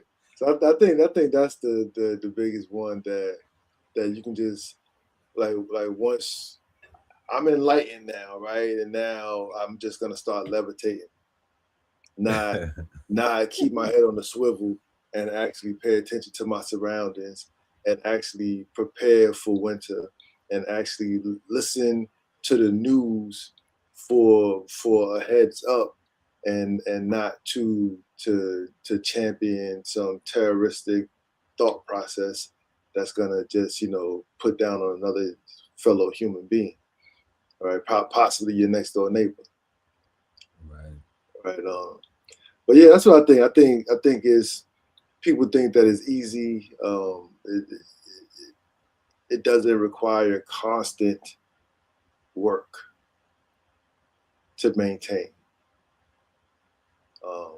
And I think I guess the real biggest one is that because we Black, that it's not possible unless we do some gay stuff or some scrupulous, immoral things to obtain some money. Mm-hmm. Not even wealth, but just not even wealth, just some money. Just some money, just a couple of M's, right? Not for nothing, right? Because like even when we think about Black people obtaining wealth, you think about Kanye West, rest in power to his moms. A lot of people talk about he sacrificed his moms to obtain his wealth, right? That's a whole. I mean, it's not real, but it's a whole thought process that people think about when it comes to Black people. You had to do something crazy in order to right, to kill his whole moms, like you know what I mean? Like not actually make beats or make music or do whatever, right? But he had to go so far, all the way, right? And then they got him drinking blood somewhere, and he had to do all this crazy stuff. Right. So he killed his moms. Look, let's stay on Kanye for 1 second. Because I'm feeling Kanye right now. He had to kill his moms for him to get his show banned in Europe because of some stuff he said about the Jewish community. Right. Make it make sense. You know. Make it make so what they saying is the Jewish people that made him kill his moms for the money are now mad at him because he done said some bad stuff about them that now he can't even perform and do. Like, man, That's what I'm stop saying, it. and it's because Stop it. it's because how did he get so much money? It's he black, he from Chicago, you know, college dropout. You know what I'm saying? I mean, most of the people that are billionaires never went to college. Let's pick some black ones: Jay-Z, Bill Gates. You know what I'm saying? Like Bill Gates went, he ain't finished. Steve Jobs, he went, he ain't finished. Zuckerberg, he went, he ain't finished. Like, stop it, man. Like so that's what I think. But because it's only those thought processes because they black. Like, they're not supposed to have that kind of money. So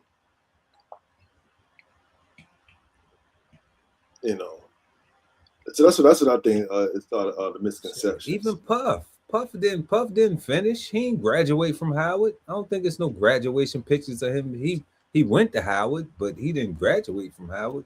Yeah, but look at Puff though, right? Like, look how everybody was sitting on the edge of their seats, waiting to hear all the scandalous stuff that he did, entertainment wise, sexually. Specifically that. Yeah, right. What is he doing in his private time with his private parts? And everybody want to know what Puff doing with his private parts. Like, it's so low vibrational. It's sickening. You know what I'm saying? Right. It's like, sickening. And it's only because of who he is and his complexion. And it's like how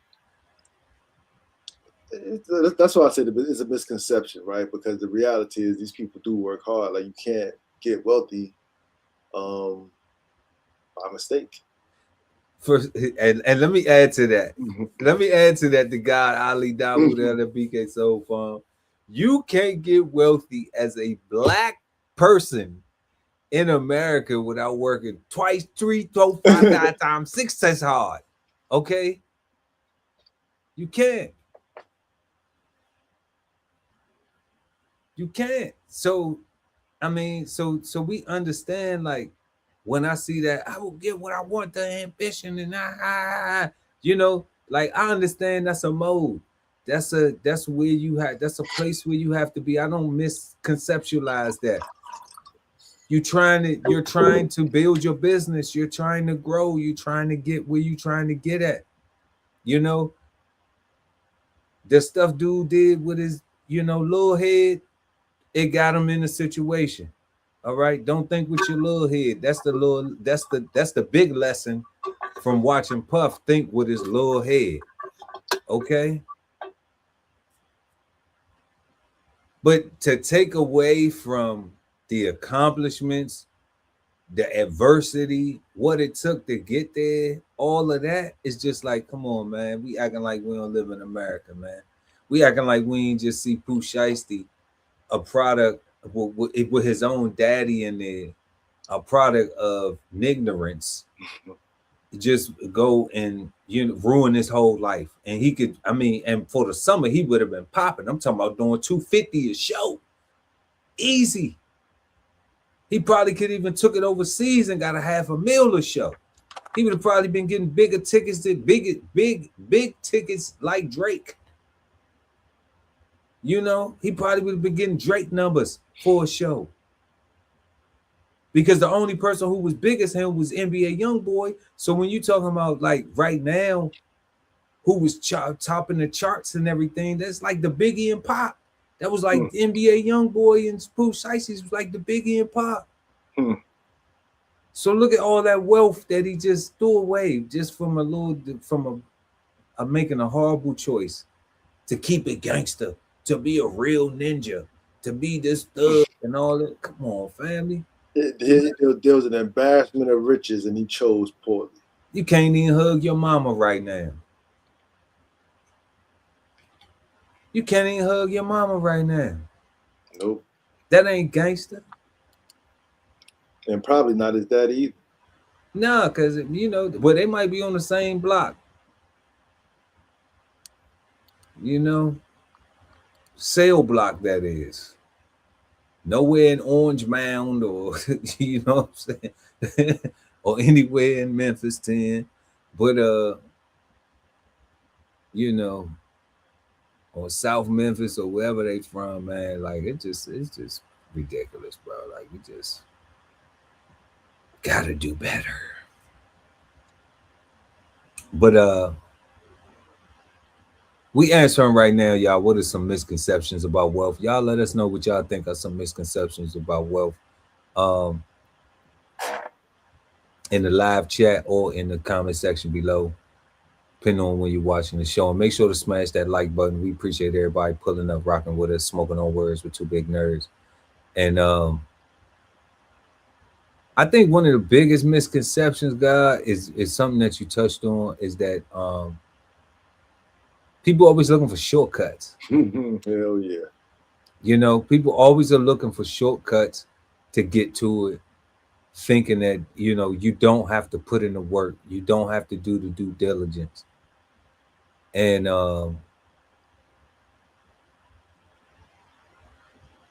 I think that that's the biggest, that's one of the biggest setbacks right now when we see, like, culturally.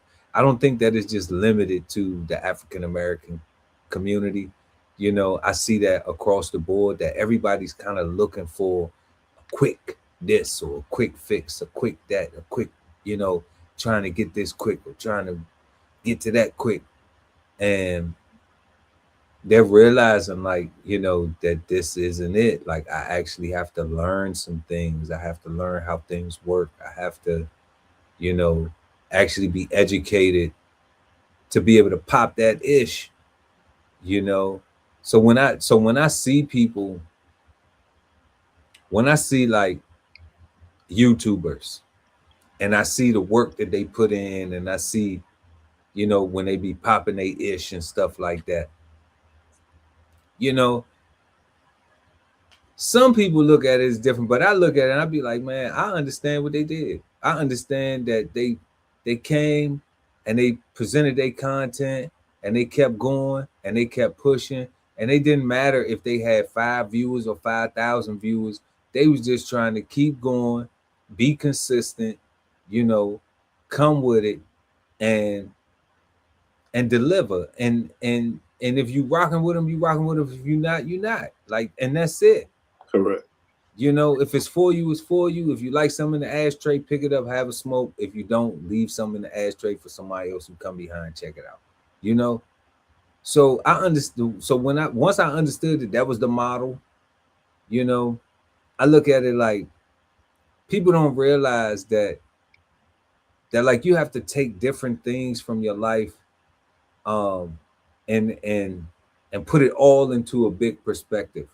I had this conversation with my cousin with, I said, bro, I said, remember this.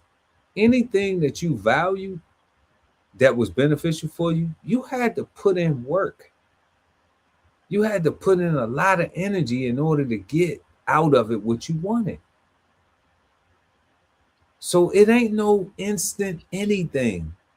You know, yeah, we got Instagram, we got TikTok, but you know, but you got to keep posting on that thing.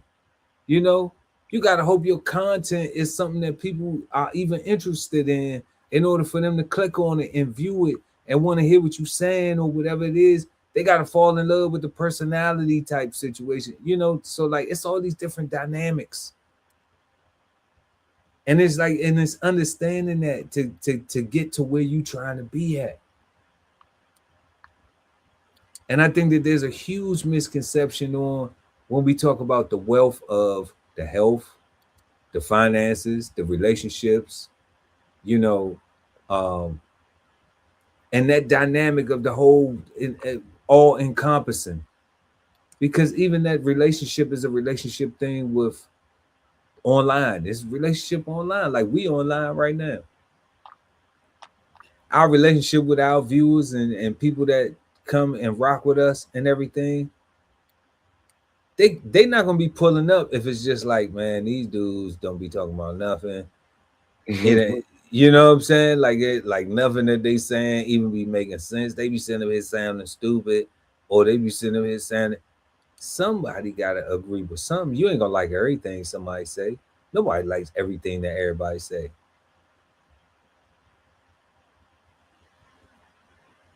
That's just a fact. You're like, it's nobody that you're gonna like everything that they say. You know, you got a relationship, you might have a relationship with your wife and you don't like everything that they say. You got to work that stuff out. On the internet, you just, all right, nah, I'm gonna leave that alone. In real life, yeah, wife, you say something, you like, or you say something, she's like, y'all gotta work that out. That's a workout situation. You're gonna get past that. But online, it's just like, okay, that wasn't for me. And you keep it going. I think we miss these things when it comes to wealth, to figuring out what wealth, even the philosophical wealth or the material, physical things of wealth. I think we missing this because so many people are addicted to drama and trauma and foolishness and ignorance, our word that we coin here on Cigar Sundays Live, ignorance. I think that it's just so many folks addicted to that. So if it ain't that, then it's just like they don't want to feed off of it. They don't want to enjoy it because it's, it doesn't feed. It's lame.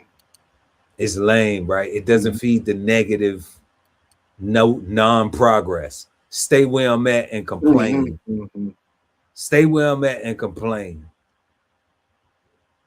Stay where I'm at and complain about everybody else and hate on the people who are doing better for themselves. Hate on the people who wake up and say, I got a peace, prosperity, positivity. We got a day, a new sunrise to be the best versions of ourselves. That's hate. That get hated on. You talking down. Because what's better? Now, if I went from a bucket yesterday to a Benz today, isn't that better? But it could look better on the outside, right? But if I went from that bucket that I had paid off, that I could get in and drive from A to B to C to Z, A to Z, all right. But then I went and bought that Benz, and now I got a new note, I got new insurance, and now the maintenance I can't afford it for real, without a compromise and this, that, and the third. But I look good as a mug though when I'm whiffing it. You know what I'm saying? People checking me out when I'm whiffing it though, right? I feel good. But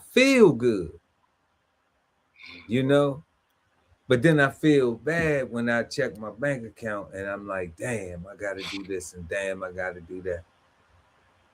But while I had the bucket though, everything was lovely. I go crank it up and we ride, you know what I'm saying? And then I go wherever I want to go and I just swipe and I just buy and I just get what I want and I'm just living like, man, we ain't even tripping. And we walk right back to the bucket and hop in and pull off and it ain't nothing. Next to the person in the Tesla or the Lambo truck or whatever, you know what I'm saying? And they came out the same store I came out of. My AC works same way their AC works. My AC working and everything. I'm blowing cold AC. You know, my AC colder than a polar bear toenail, baby. You know, so I'm like, I don't know. I don't know if people. I don't know. I think it's a lot of misconceptions about wealth. Yeah, I really do. I think it's a lot of misconceptions about wealth, and I don't think we have enough time in the show to discuss the misconceptions about wealth for real. Yeah. You know, because I think that people just are not focused enough on what they need to do to maintain the things that we talk about here a lot is the self-sustain, the food, clothing, and shelter, the necessities, and prioritizing that as being the wealth first. You know, the food, clothing, and shelter being the necessity of wealth first.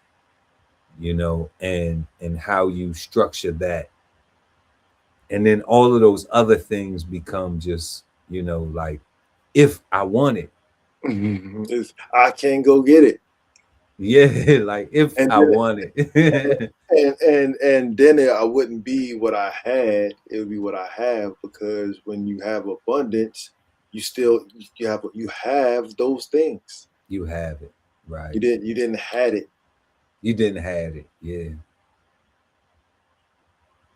Yeah, and it's and being fair, I think it takes everybody a process, every Yeah, human a process to get there, yeah. you know, to get there. But I hope y'all rocking with us, that something that we say help you get there faster. I hope that you know, I hope that what we're sharing, you know, helps you get there faster, because you know that's how we living, for real. Like, I'm trying to tell you, like, we prioritizing the priorities, the real, the necessity priorities.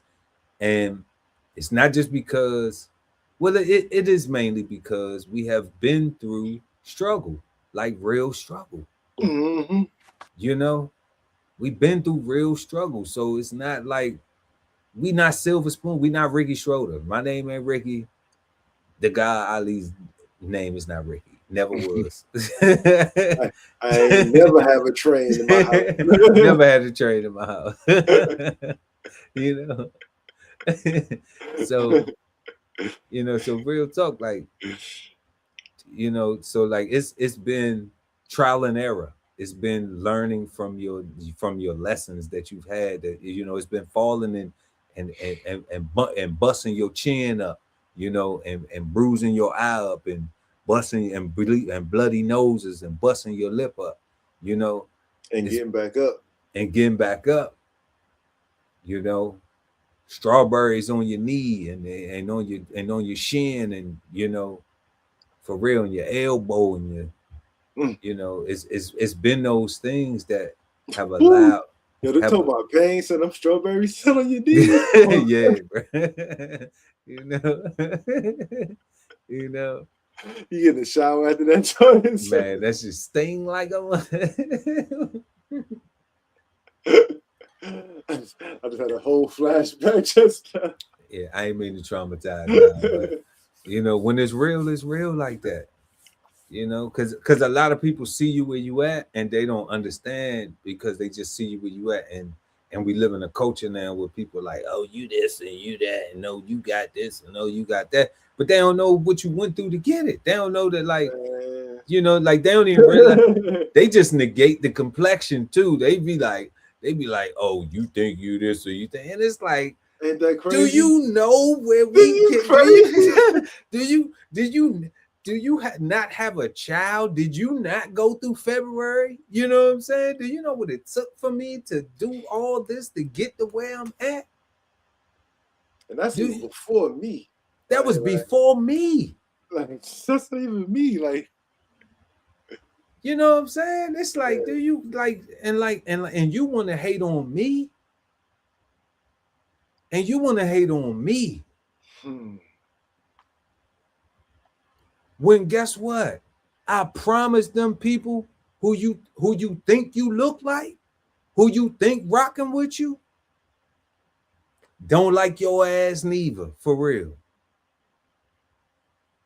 I promise you that. And you want to hate on me because I've been bootstrapping, and you came. Man, I ain't gonna do it to him. No, I haven't to. I ain't gonna do it to him. You know what I'm saying? And it's like, what? And like, you ain't even had like, come on. You ain't had, your mama ain't never went to the back door. You know what I'm saying? Your mama, your granddaddy ain't never sat in the back of the bus, or you know what I'm saying? Like, you ain't never had none of that done to none of your folks at all. Yo, son, and like, and it was crazy. So because cats watch TV, they can be like, yeah, but that happened so long ago. Nah, the V is still alive. Hell yeah, my mama's still alive. And she'll tell you that she said that she went. God, this the story. They was coming up from Carolina. They was going up north somewhere. She wanted to go to the bathroom. My granddad kept saying, you can't go to the bathroom yet. Wait so we could pull somewhere where you can go to the bathroom. You gotta wait. She like, I'ma go. I gotta go. I gotta go. So granddad say, all right. All right, you know what I'm saying? You know, he empowering his women. He empowering his daughter. He's saying, I know I ain't gonna let nobody kill you. Cause I be damn if somebody kill you, you know what I'm saying? Like if I gotta die, right? But I'm trying to shelter you from what is going on in this world and what's around you, but I'm gonna show you because I believe you grown enough to understand it and handle it. All right. So they pull up to the place. They walk up. Now the V said, they said, y'all can't come in here. Y'all gotta go around to the back. Straight like that.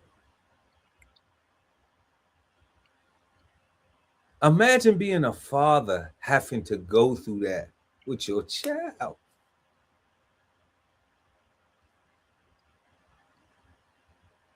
That's what I'm saying, right? Like, come on, God. And it's a whole experience that folks are missing that they are benefiting from. That people are still alive, remember.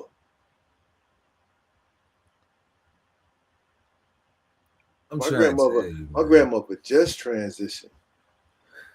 96 years old, right? Like that's a lot of living here in the hells of North America.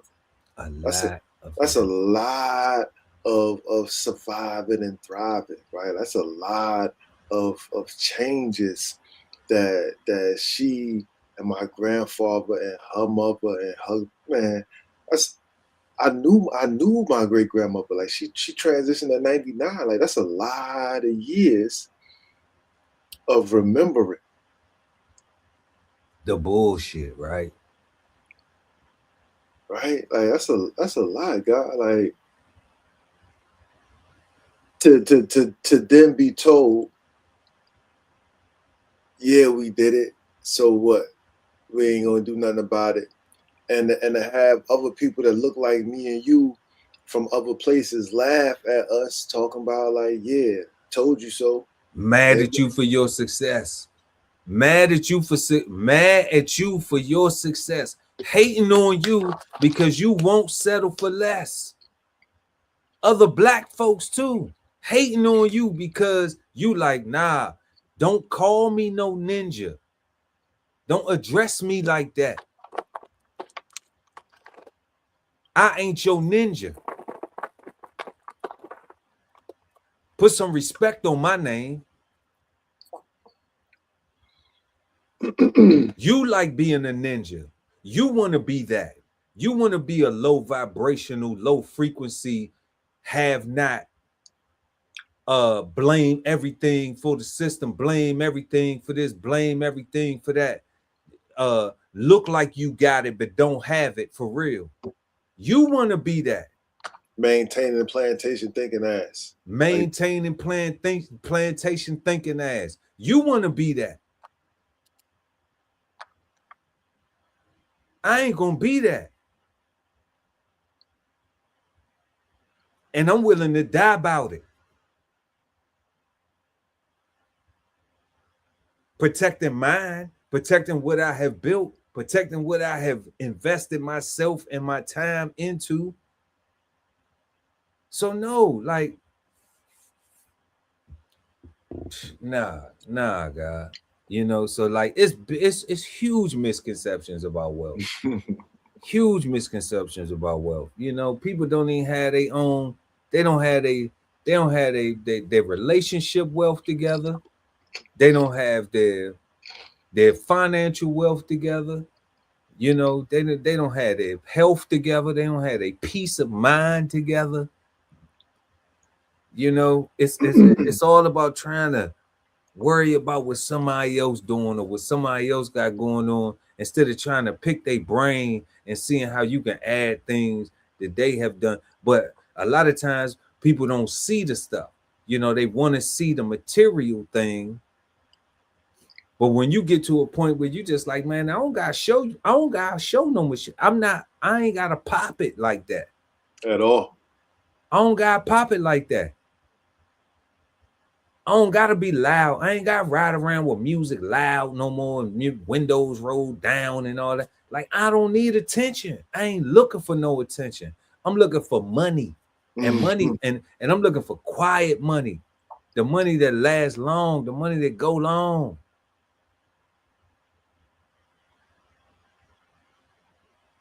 So we not alike. That's why we not gonna be friends.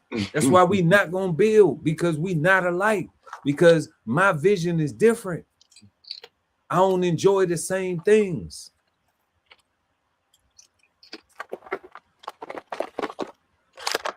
I'm about wealth. You about show. A little bit of money. Moving on to our fourth question. How and what can younger generations learn from older generations about wealth? How and what can younger generations learn from older generations about wealth?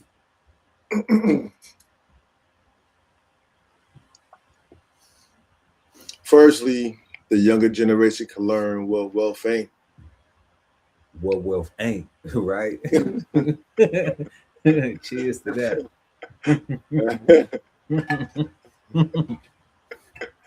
All right. And secondly, and probably the biggest thing is they can learn the importance of living within your means. The importance of living within your means. Right. Whether their example is doing that or not, the lesson of the importance of living within your means is still present. Right. So I think that's like the biggest thing, because really and truly, God, like if you live within your means, like you can start becoming wealthy at any financial, like whatever job you have. Like if you just if all you really need, yeah, is for your job to sustain your life, right? That's pay your bills, right? And as long as your bills are your standard bills, like your housing, your lights, your utilities, your cell phone, your vehicle, your gas, registration, insurance, and groceries, like those are the bare necessities. Like those are, and clothes, right? Like those are the, clothes. I just like like clothes, like, yeah, I like to be fresh, but like you see me with this, you see me rocking this joint like constantly, so it's just like, how many of these do I need?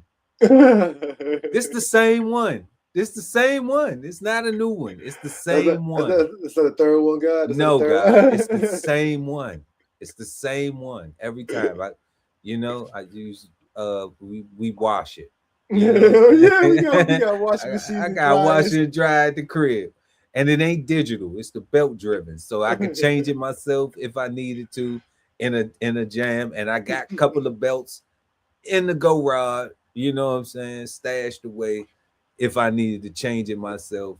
I need a YouTube video because I ain't never changed it, but I would need a YouTube video first. But we would go change it and it'd be back up and running.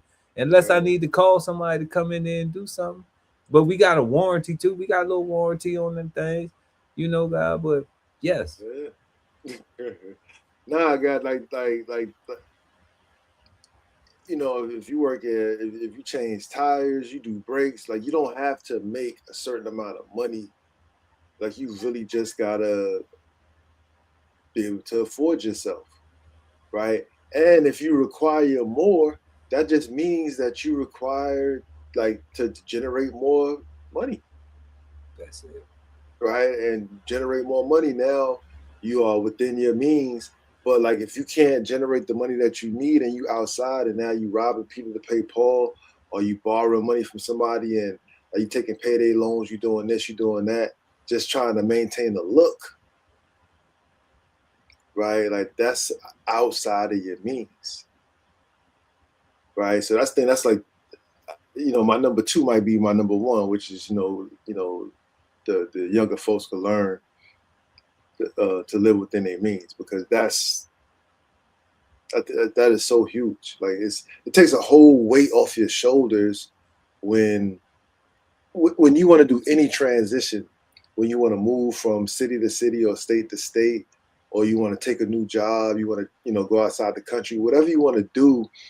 If you don't have too much baggage and all you have is just regular stuff where you can just pick up from one spot and go to the next spot, and you got the same bills, roof over your head, utilities, your vehicle, your food, your clothes, like that's super simple. Like that makes all your transitions easier, right? But if you got a whole bunch of credit cards, if you got a whole bunch of loans from debt consolidations from credit cards you tried to pay off that you never closed off, so now you're paying loans for those, and you got all this extra weight. When you that transition is a whole lot heavier and a whole lot harder, right? Because you unless you come up and now whatever your new thing is covering all your everything else, like you just gotta, it's just harder, right? So you gotta live within your means. Like that's I think the number one thing that the young folks can learn from the older generations is don't make your eyes bigger than your stomach. Don't make your eyes bigger than your stomach. Huh?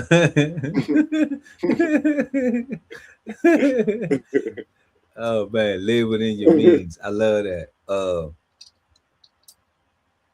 It's a lot of old folks that ain't living within their means though, right? That's why I said whether they doing it or not doing it. It's a lot of old folks that just like, you only get one life. YOLO, right? Bankruptcy is the thing that you can file, right? But definitely, when it comes to wealth, we answering the question right now, y'all. How and what can younger generations learn from older generations about wealth? The big thing that I think that they can learn is the things of where to invest. One of these things about investing is that we have a lot of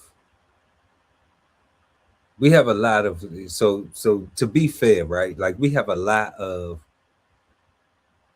focus on entertainment people. Unfortunately in our community, we have a lot of focus on entertainment people. So when we see things like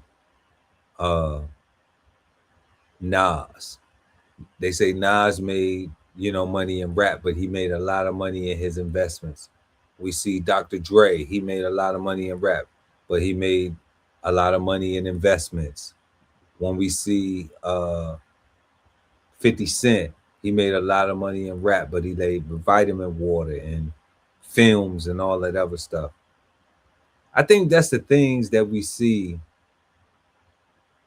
that there should be some focus put on. There should be some focus put on these things that we see where people are doing stuff outside of what is their primary source of income, where yes, you make some money in this area, but you take your money and you invest it in other things.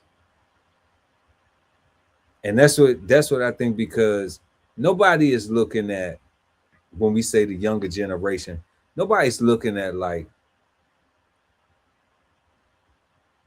there's more young people that want to be rappers than want to be astronauts. They want to be what was the brother name? Vincent, uh the brother that just went to space.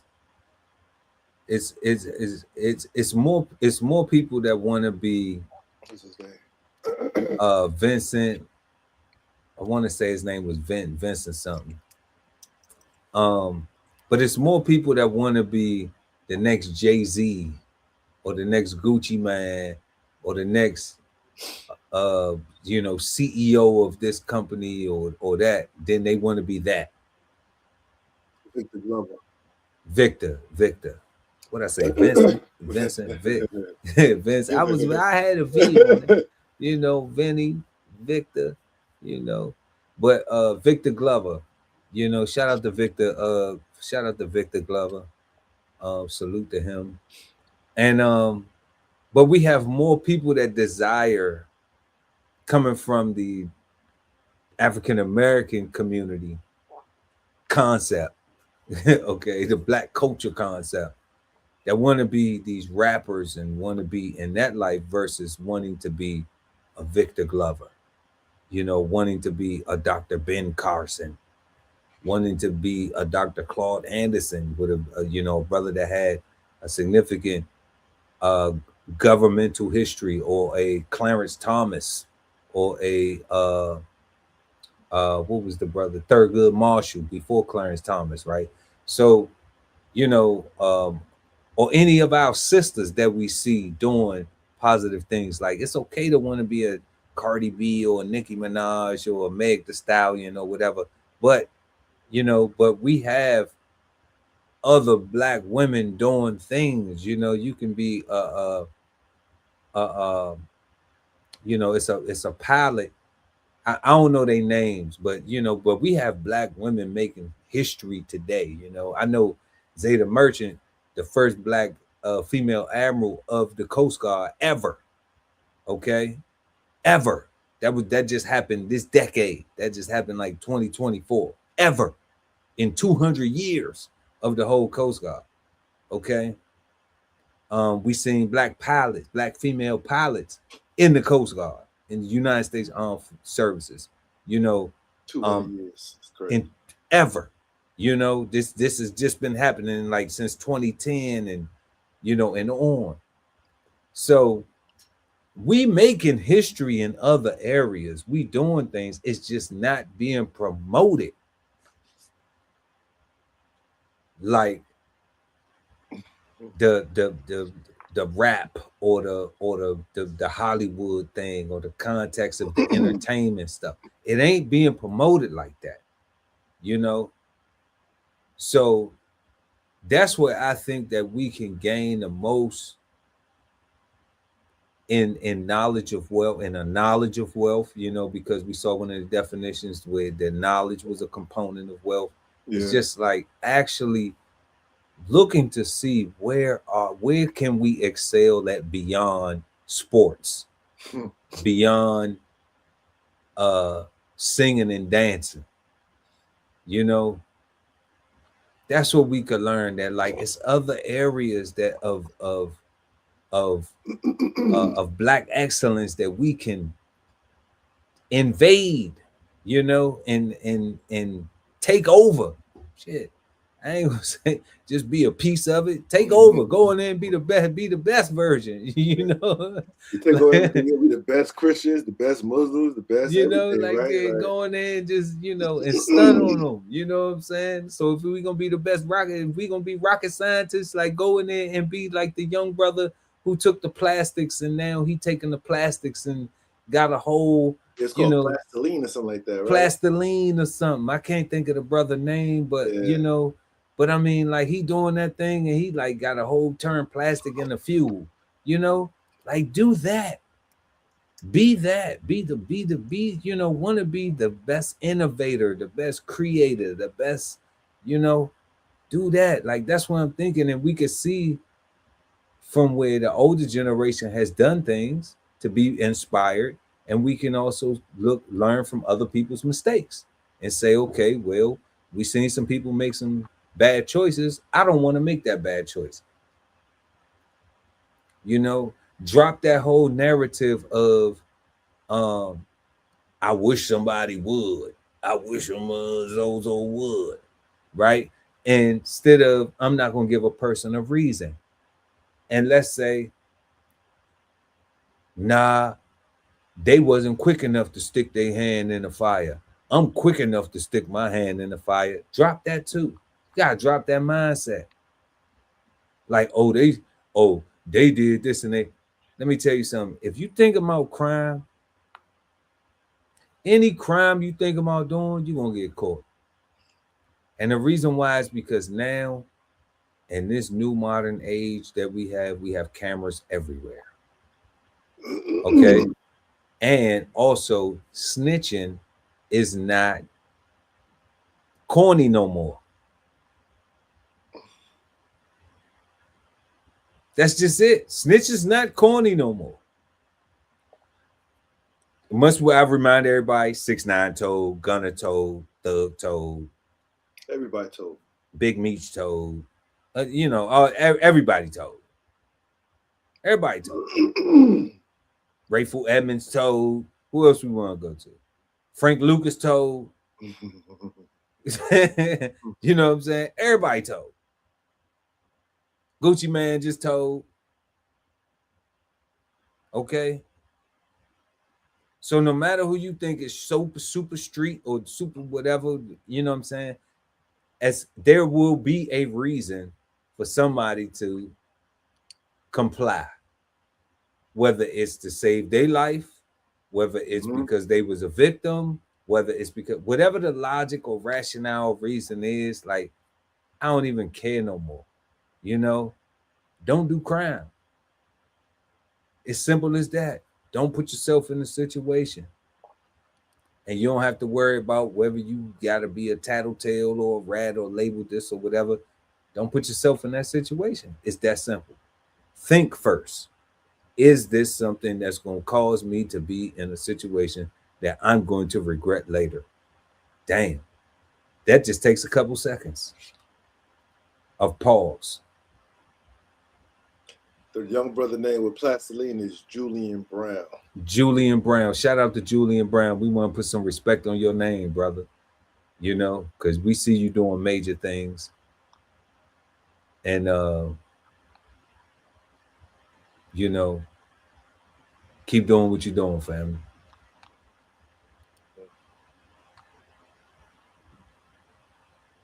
So, how and what can younger generations learn from older generations about wealth? You know, that's my take on it. You know, y'all let us know what y'all think in the live chat or in the comment sections below, depending on when you're watching the show. And right about now, it's that time for the flavor bombs. So we're gonna go ahead and jump into that and take a break from the action. The Flavor Bombs, presented to you by DBCHEFTV. So we got the White House.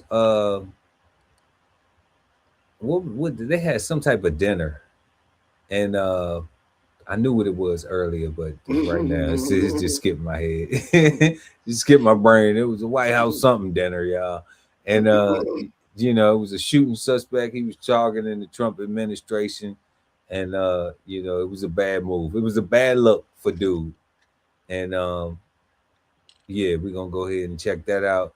And then we got Meg Thee Stallion and Klay Thompson. They broke up. You know, I was kind of rooting for them. And then we got a third story tonight. Black comedy royalty brings families together. You know, so we're gonna start off with some foolishness. Then we're gonna move to some delusionalness. And then we gonna end it with some black love. Hey. Yeah, Margaret, multiple sources tell CBS News that the gunman told law enforcement he was targeting Trump administration officials. Sources now say that Allen's brother had also alerted local police of alleged alarming writings that he shared with the family prior to the incident.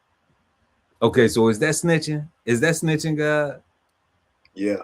That's snitching because he told on his brother, but you wouldn't tell him your brother? Well, nah. I wouldn't tell him my brother. He said you wouldn't tell him. So to be fair, to answer the question honestly, no, it's not snitching, because they wasn't in on it together. Okay, no doubt. Right. So they wasn't committing a crime together. So he was just being a witness. But in my heart, I wouldn't snitch on my brother. No, so what would you do though? Like if your brother told you, like, man, I'm about to go up there and I'm about to, like, if he told you he's like, bro, I'm about to go up here and I'm about to do this and I'm about to do this. If you tell me and I tell, I'm a snitch, right? Because if you tell me, I'm an accomplice almost, right? So you ain't go. You was just at the crib. you was just at the crib, like, man, like, damn, I hope he don't die. You know, because this is not a wise choice. So you gonna tear his ass up. No, I don't know, but I don't think it's snitching in the sense of how people understand snitching, right? Because they're not doing a crime together. However, like, you know, for me, like, you gotta be a monster, bro. Like, to be honest, like, you gotta touch a baby or take something by force. You know what I mean? Like, I get that.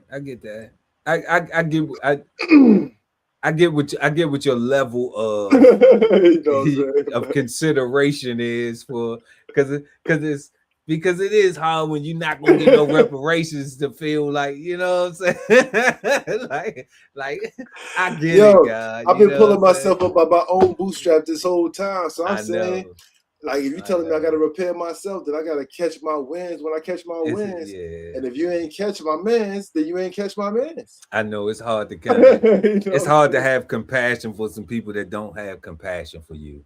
Ain't it though? Ain't it though? Yeah, it is. Ain't it though? Like, man, like, it is. It's difficult. It's a challenge because you want to be on the side of right, you know, morally.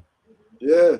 You know, but then you also feel like, you know, you want to be like, man, is it this or is it that? You know, like, is it, you know, and you don't want them to, you know, you don't want them to crash, but it's just like, if they crash and they successful, it's like, what happens?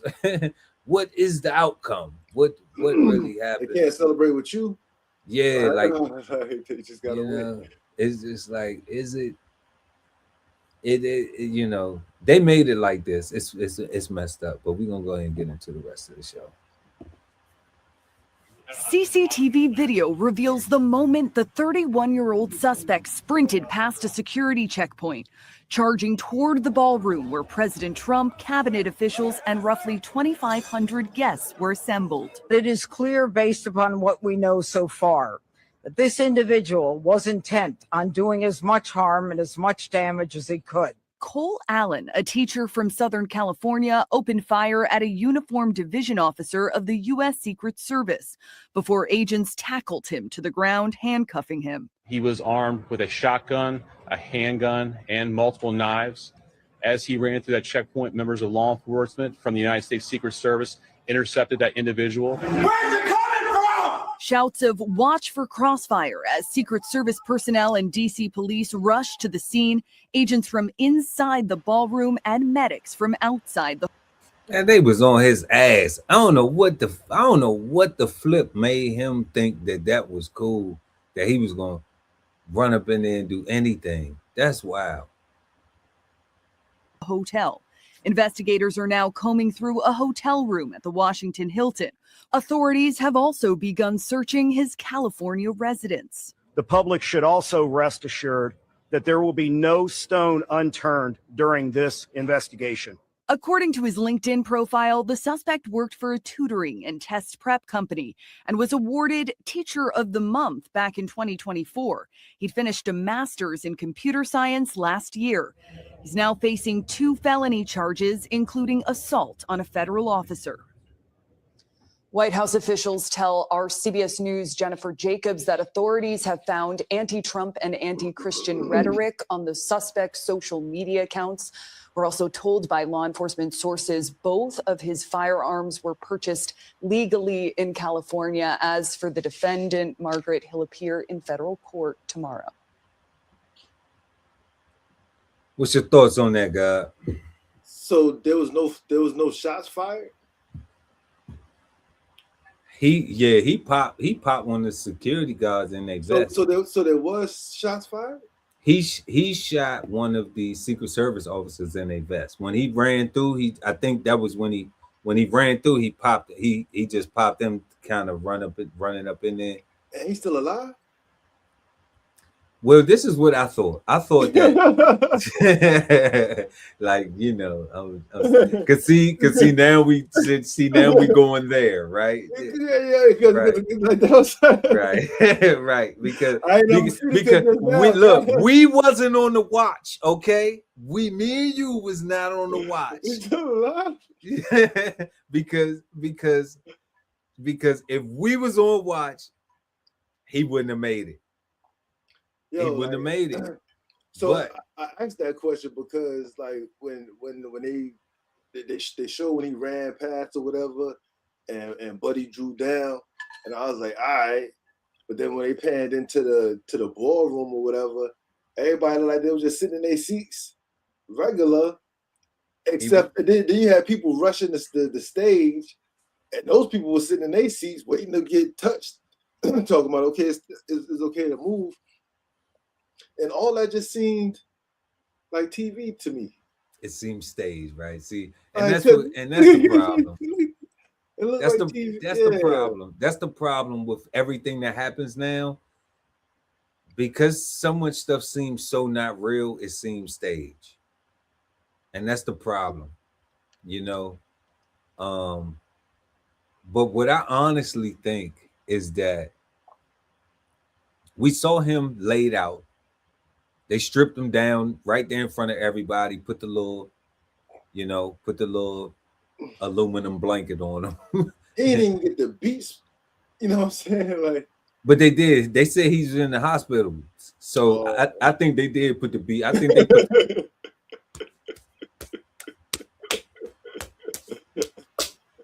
I think that happened. I think he got the beats. You know, especially you shot one of us. You shot a Secret Service. Come on, son. Like that's what I'm saying. Because he was laying down on that. He was laying down face down, like he was hurt, like he couldn't move. You know, like he was too hard. Yeah, he wasn't laying down like yeah, they get ready to take me. He was laying down like his ass was whooped. And they had that little blanket, and he was stripped naked, and they had the little, you know, the little the whatchamacallit, man, what you call it? Dang, man. I know the word. The what's it called when you go in the water, God? The the thermo. Oh yeah. When you go in the water, when you go in the water, nah, you know when you go in the water and you suffer from what you do, what hypothermia? That he had the hypothermia thing on him. He had the I didn't see that. Yeah, he had a little hypothermia blanket on him. Yeah. Well, that floor was probably cold. Yeah, he had the hypothermia blanket on him. So, you know, so like they had already stripped him down naked. That's how they found all the, you know, like they just completely stripped you naked. Like if you had the gall to run up in here, then we're gonna strip you down naked. We're gonna lay you right here. We're gonna and then we're gonna lay you down because you shot somebody, and then we're gonna evacuate everybody, and we're gonna let them walk out and see you laying right there first before we pick you up and haul you off to the federal prison where you're about to spend the rest of your next duration. What I just got finished watching. So you know how we say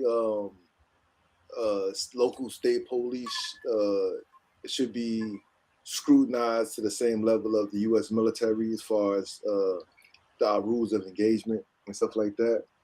Looking at that, since the military is too hard for people, they should follow the Secret Service, right? Because they actually shot at Congress people and shot a Secret Service person, and that person is still alive.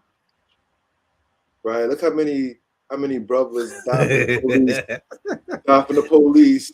Right? Like, I'm just saying, God, like clearly a traffic stop, right? It can't be with somebody who's unarmed. Right, can't be more scarier than somebody who's actually fought. They say he had a shotgun. He ran up in there with a shotgun. They say he had a shotgun, a pistol, and some knives. Yeah, he got two hands. Right? What he's going to do? Look, let me tell you something. He's so lucky to be alive right now. He is lucky he going to jail. It was a White House Correspondents' Dinner. That's what the WHCD stand for, y'all. My bad. It popped back. You helped me remind me. Because it was a Correspondents' Dinner, they ain't blaze them up. And they had Crossfire. You know, they was talking about, you seen them talking about the Crossfire. So that was the thing. See the difference between us being on watch and them being on watch? Is you probably say, "Look out, Pearl." That was gonna be another thing that I was gonna bring up. Now, what you mean? Like, watch out for the crossfire. Where's it coming from? Like, what kind of and I'd have been like, "Ali, move!" like, what kind of communications are they doing? Like, you don't know where the man is at. Like, y'all just out here just walking around and no communication. Like, east side secure, left side secure. Like, none of that. Like, we just. Where did it come from? That's why I'm retired and you on your way out the door. I don't like the way they fight, God. I don't like the way they fight, God. Like, because I'm telling you, he wouldn't have made it. But he would be dead. He wouldn't have made it. He wouldn't have made it. You know, but I mean, nobody got hurt other than the officer who with the vest, with the vest, and he hit the vest. So you know. That was cool. There ain't too much going on. He hit the vest, and you know, then they had him stretched out. But he's going to jail for a long time. You know, he's going to prison for a long time.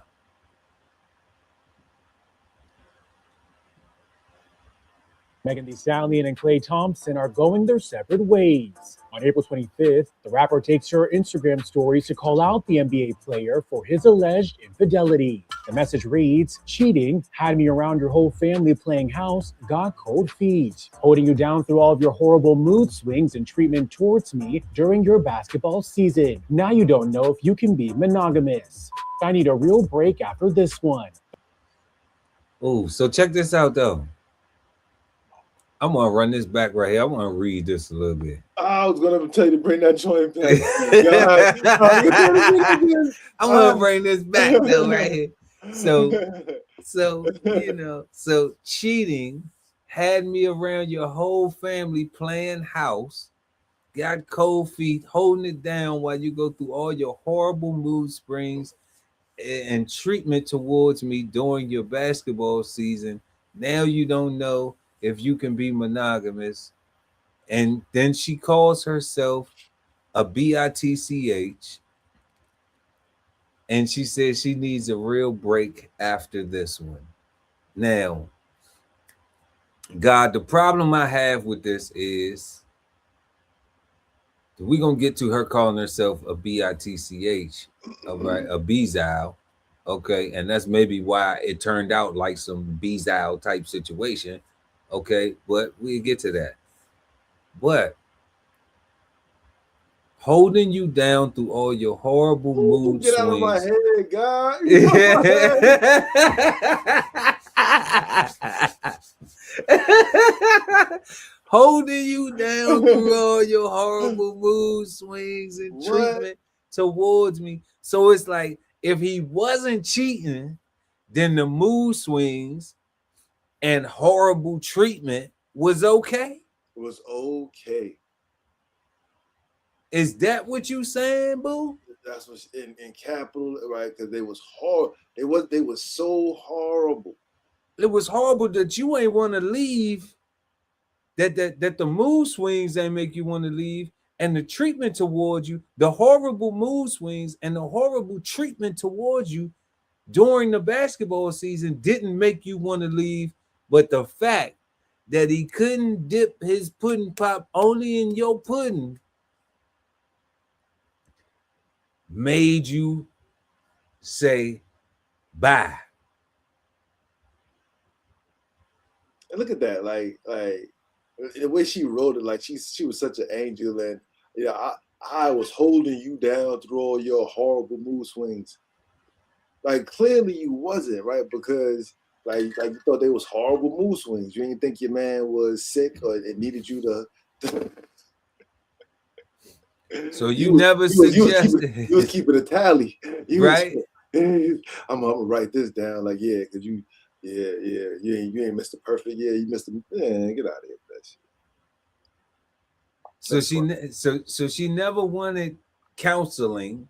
Nope. She never suggested therapy. Nope. Right?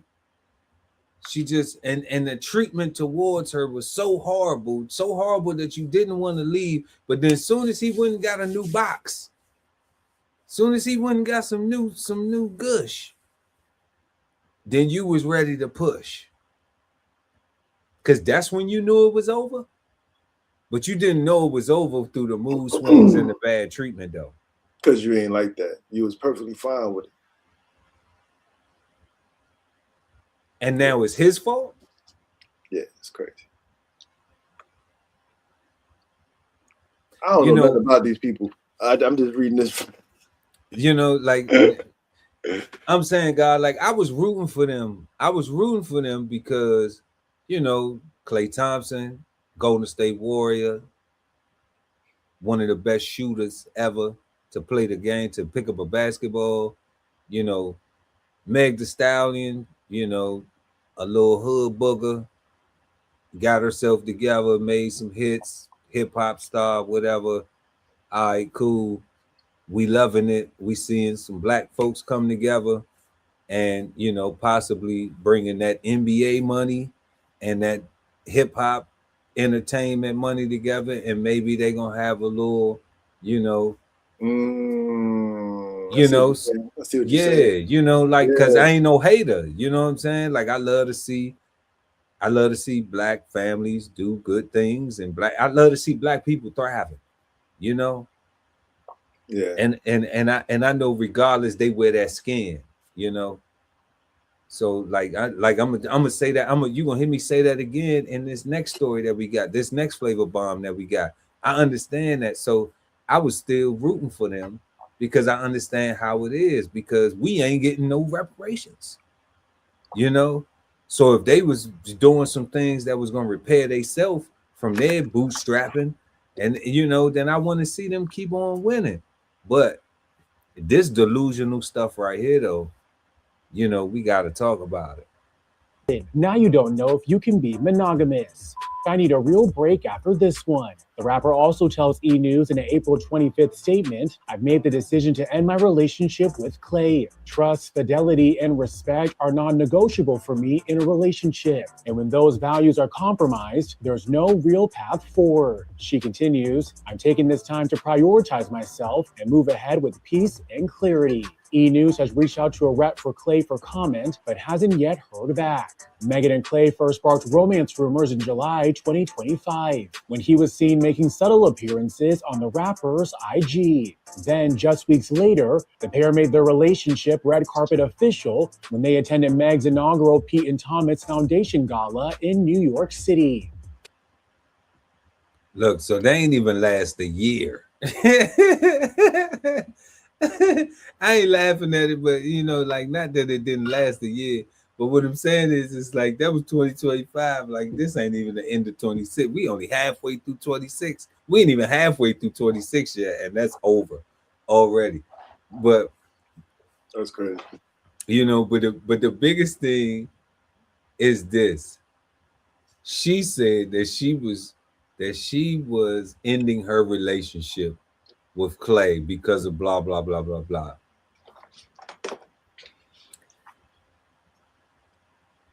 I'm not the smartest person on the planet. Okay. there are a bunch of people that are way more intellectually inclined than myself. All right. But when he cheated, Meg, you were done already. So I don't care what you saying that you you was already done, Meg. Okay. You might want to start cooking and cleaning. Right. So like you was already done. So like you because I see it's funny how like we see these narratives where like she's saying she's separating and she's cutting it off and blah, but you're saying he already did something. So when he did that, he was done with you already. Oh, back then. Back then, when it happened. Yeah. So what that means? So now now you don't want to accept it no more, and you're not willing to continue the relationship with that type of with him having his way. So now you're breaking it off when he already said, I don't care how you feel about it. I'm gonna do what I want to do, regardless of how you feel about it or not. So he been broke up with you. You know what I'm saying? And that's just for everybody out there who, all the women out there who be delusional, you know. Yeah, I'm gonna keep it a buck. You know, the truth always hurts more than a lie. I know. You know, that's just life, but you know, we'll get over it. Martin Lawrence is over the moon to be a grandpa. Shortly after, Eddie Murphy confirmed to E! News at the AFI Life Achievement Awards that his son Eric Murphy and Martin's daughter Jasmine Lawrence welcomed their first baby together. The Bad Boy star shared his overjoyed reaction during a recent tour stop. In a video shared by fellow comedian Lonnie Love, Martin. How dope is that? That's dope. How dope is that? That's dope. That's dope. How dope is that? Martin's daughter and Eddie Murphy's son, man. That's dope. Nah, that's fire. Sir.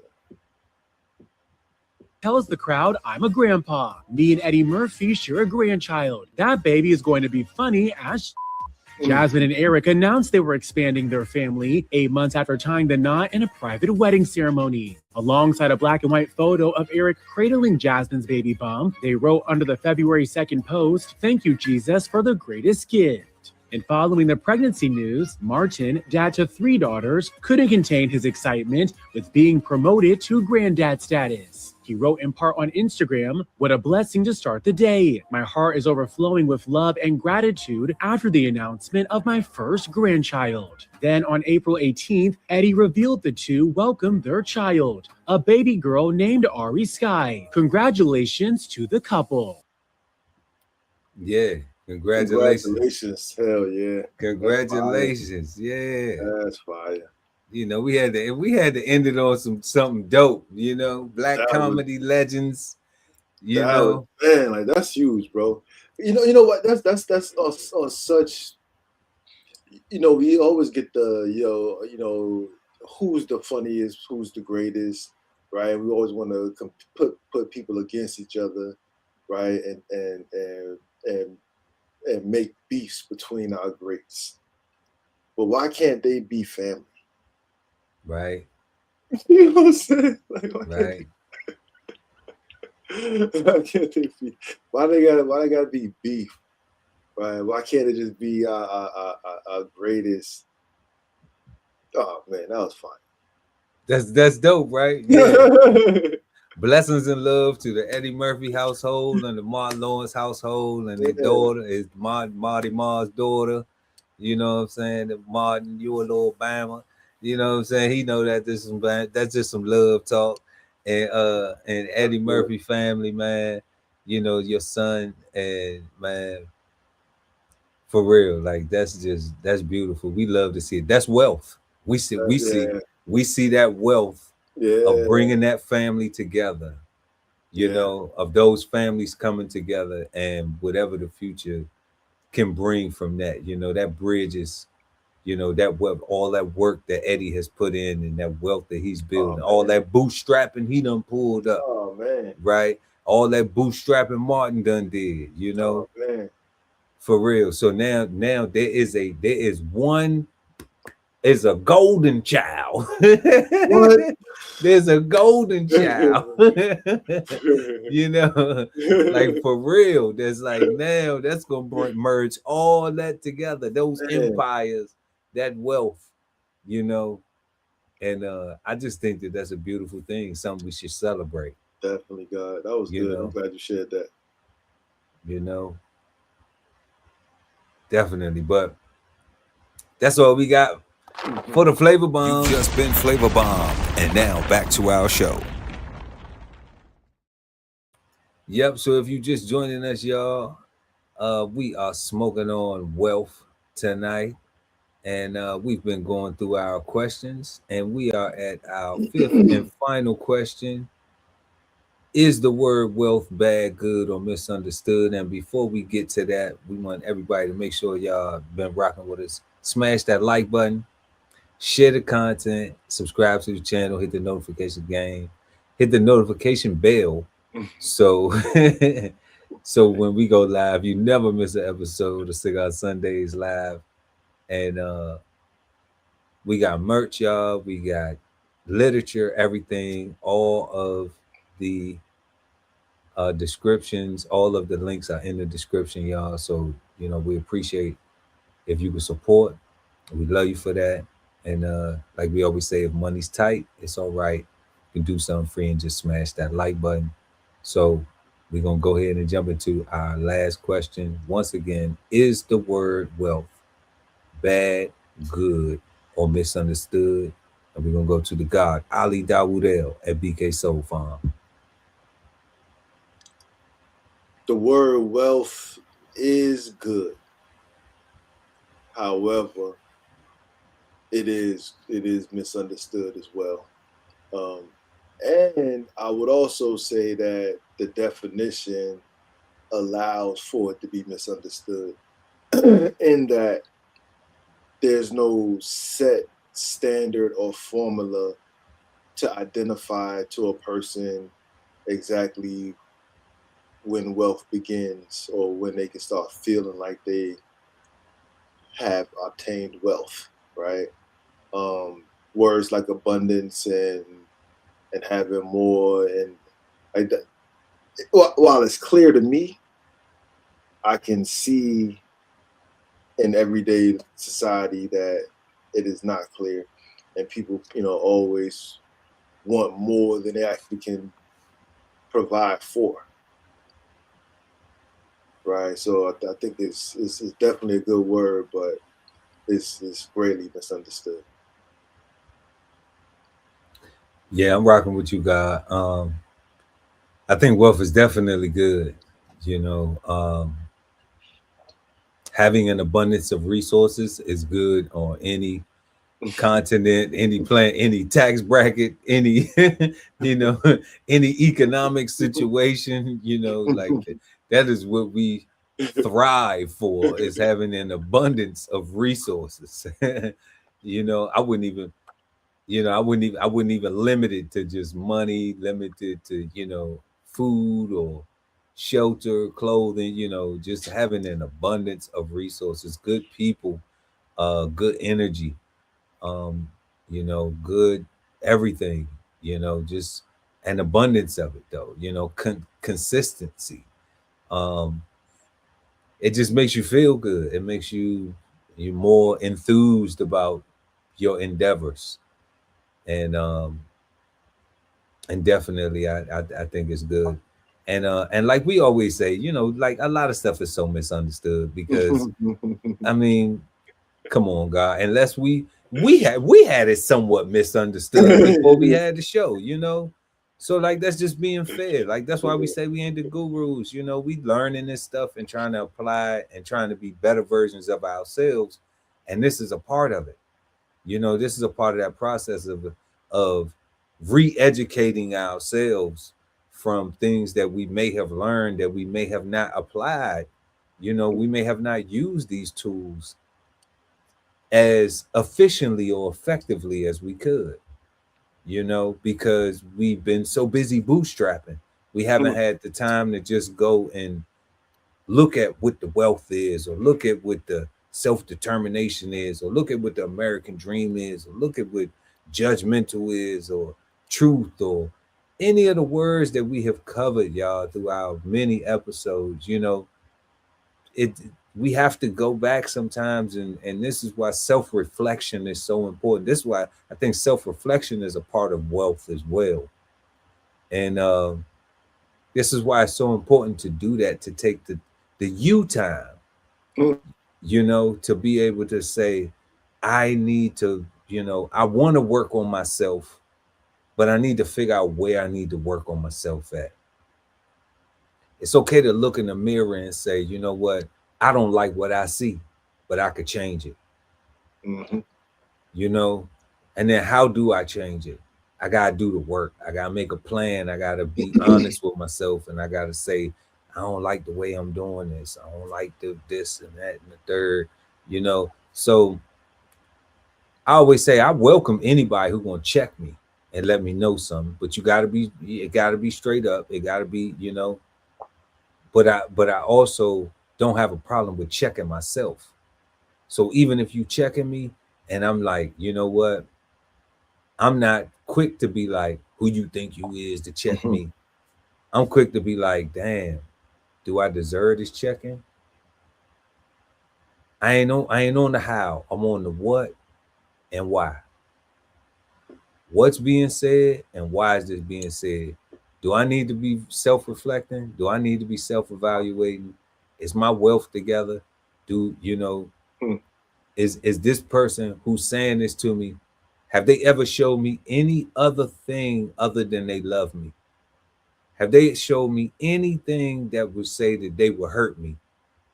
If they haven't done that, then I need to check myself and make sure that before I pass a negative judgment on what they saying to me, that I've clearly evaluated every single time before we've interacted. Have they always tried to been helpful? Have they always tried to help me improve the quality of my life? Have they always cared about me?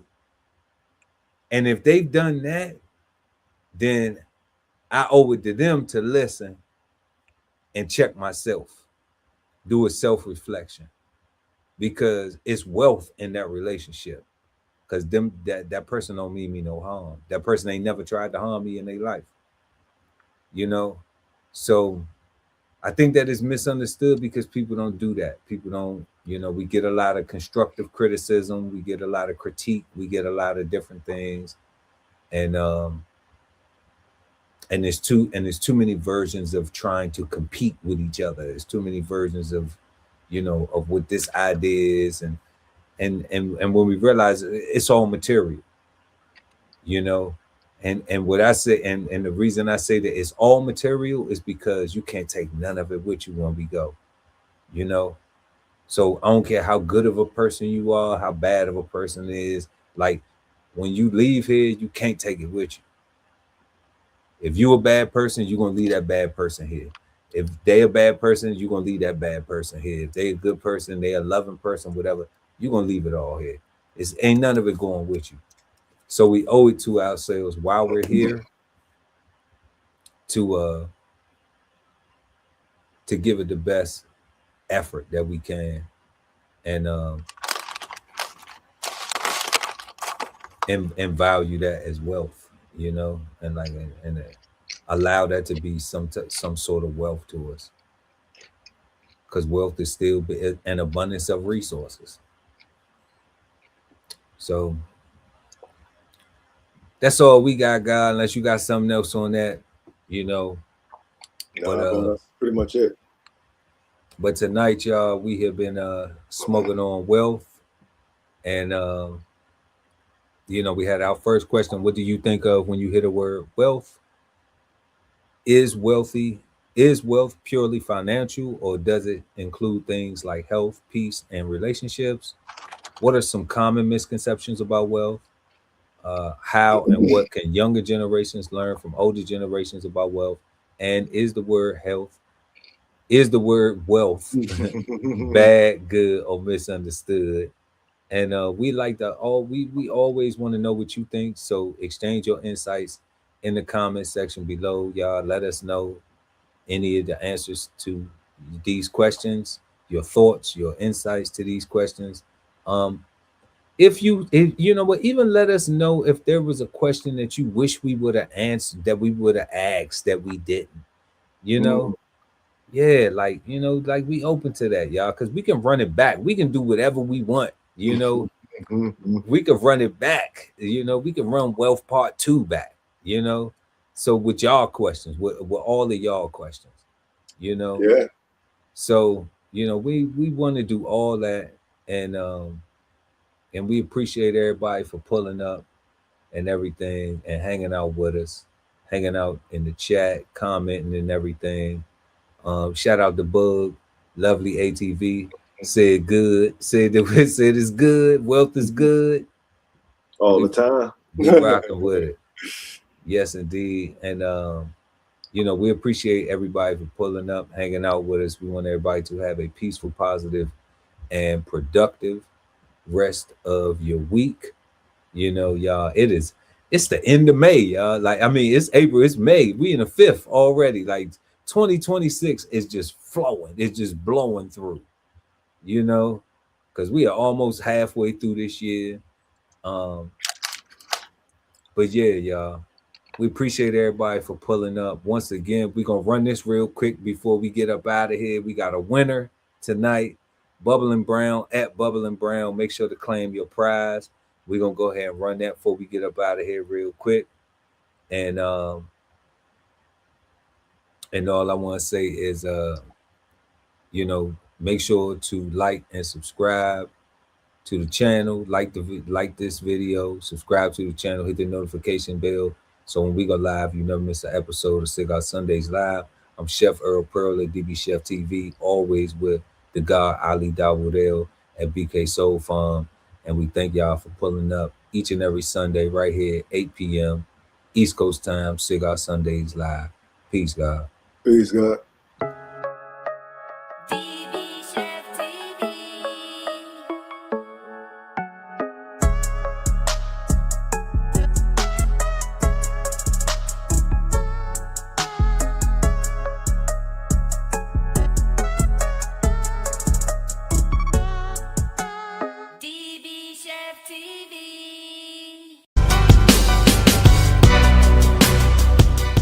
This whole publication is all about going from nowhere to somewhere, right? Being able to stand on something so that you can travel in peace, right? So bksoulfarm.com, 1016 160 self-sustainability. Jump on the list and get yourself together, right? Because it is irresponsible to not even know what responsibility means. So get yourself together, food, clothing, and shelter, protection of that, support your interests, and live. Love ain't always easy, and we won't stop until we get it right. So bring that ass to the Love Speak podcast. Subscribe today and let your love speak at TLS Podcast. The Love Speak, now streaming on YouTube. If it's Friday night and you don't have a date, then brunch with the fellas is your spot, so don't be late. We go up at 9 p.m. with the trending topic news. Smash the like, comment, subscribe, and share the content. Don't be rude at Brunch Fellas, now streaming on YouTube. You are the key to your financial freedom, so unlock your inner wealth with financial fundamentals at Bows on the Table. Subscribe today and never miss a meal at Bows Podcast. Bows on the Table, now streaming on YouTube. At the Veteran Kettle Podcast, we thank you for your service, support, and sacrifice to our country. Listen to real stories of adversity and triumph as we give our best to honor our vets. Subscribe today and watch episodes now streaming on YouTube at TVK Podcasts, The Veteran Kettle. Sign up for the newsletter and shop merch and clothing at DBCHEFTV.com.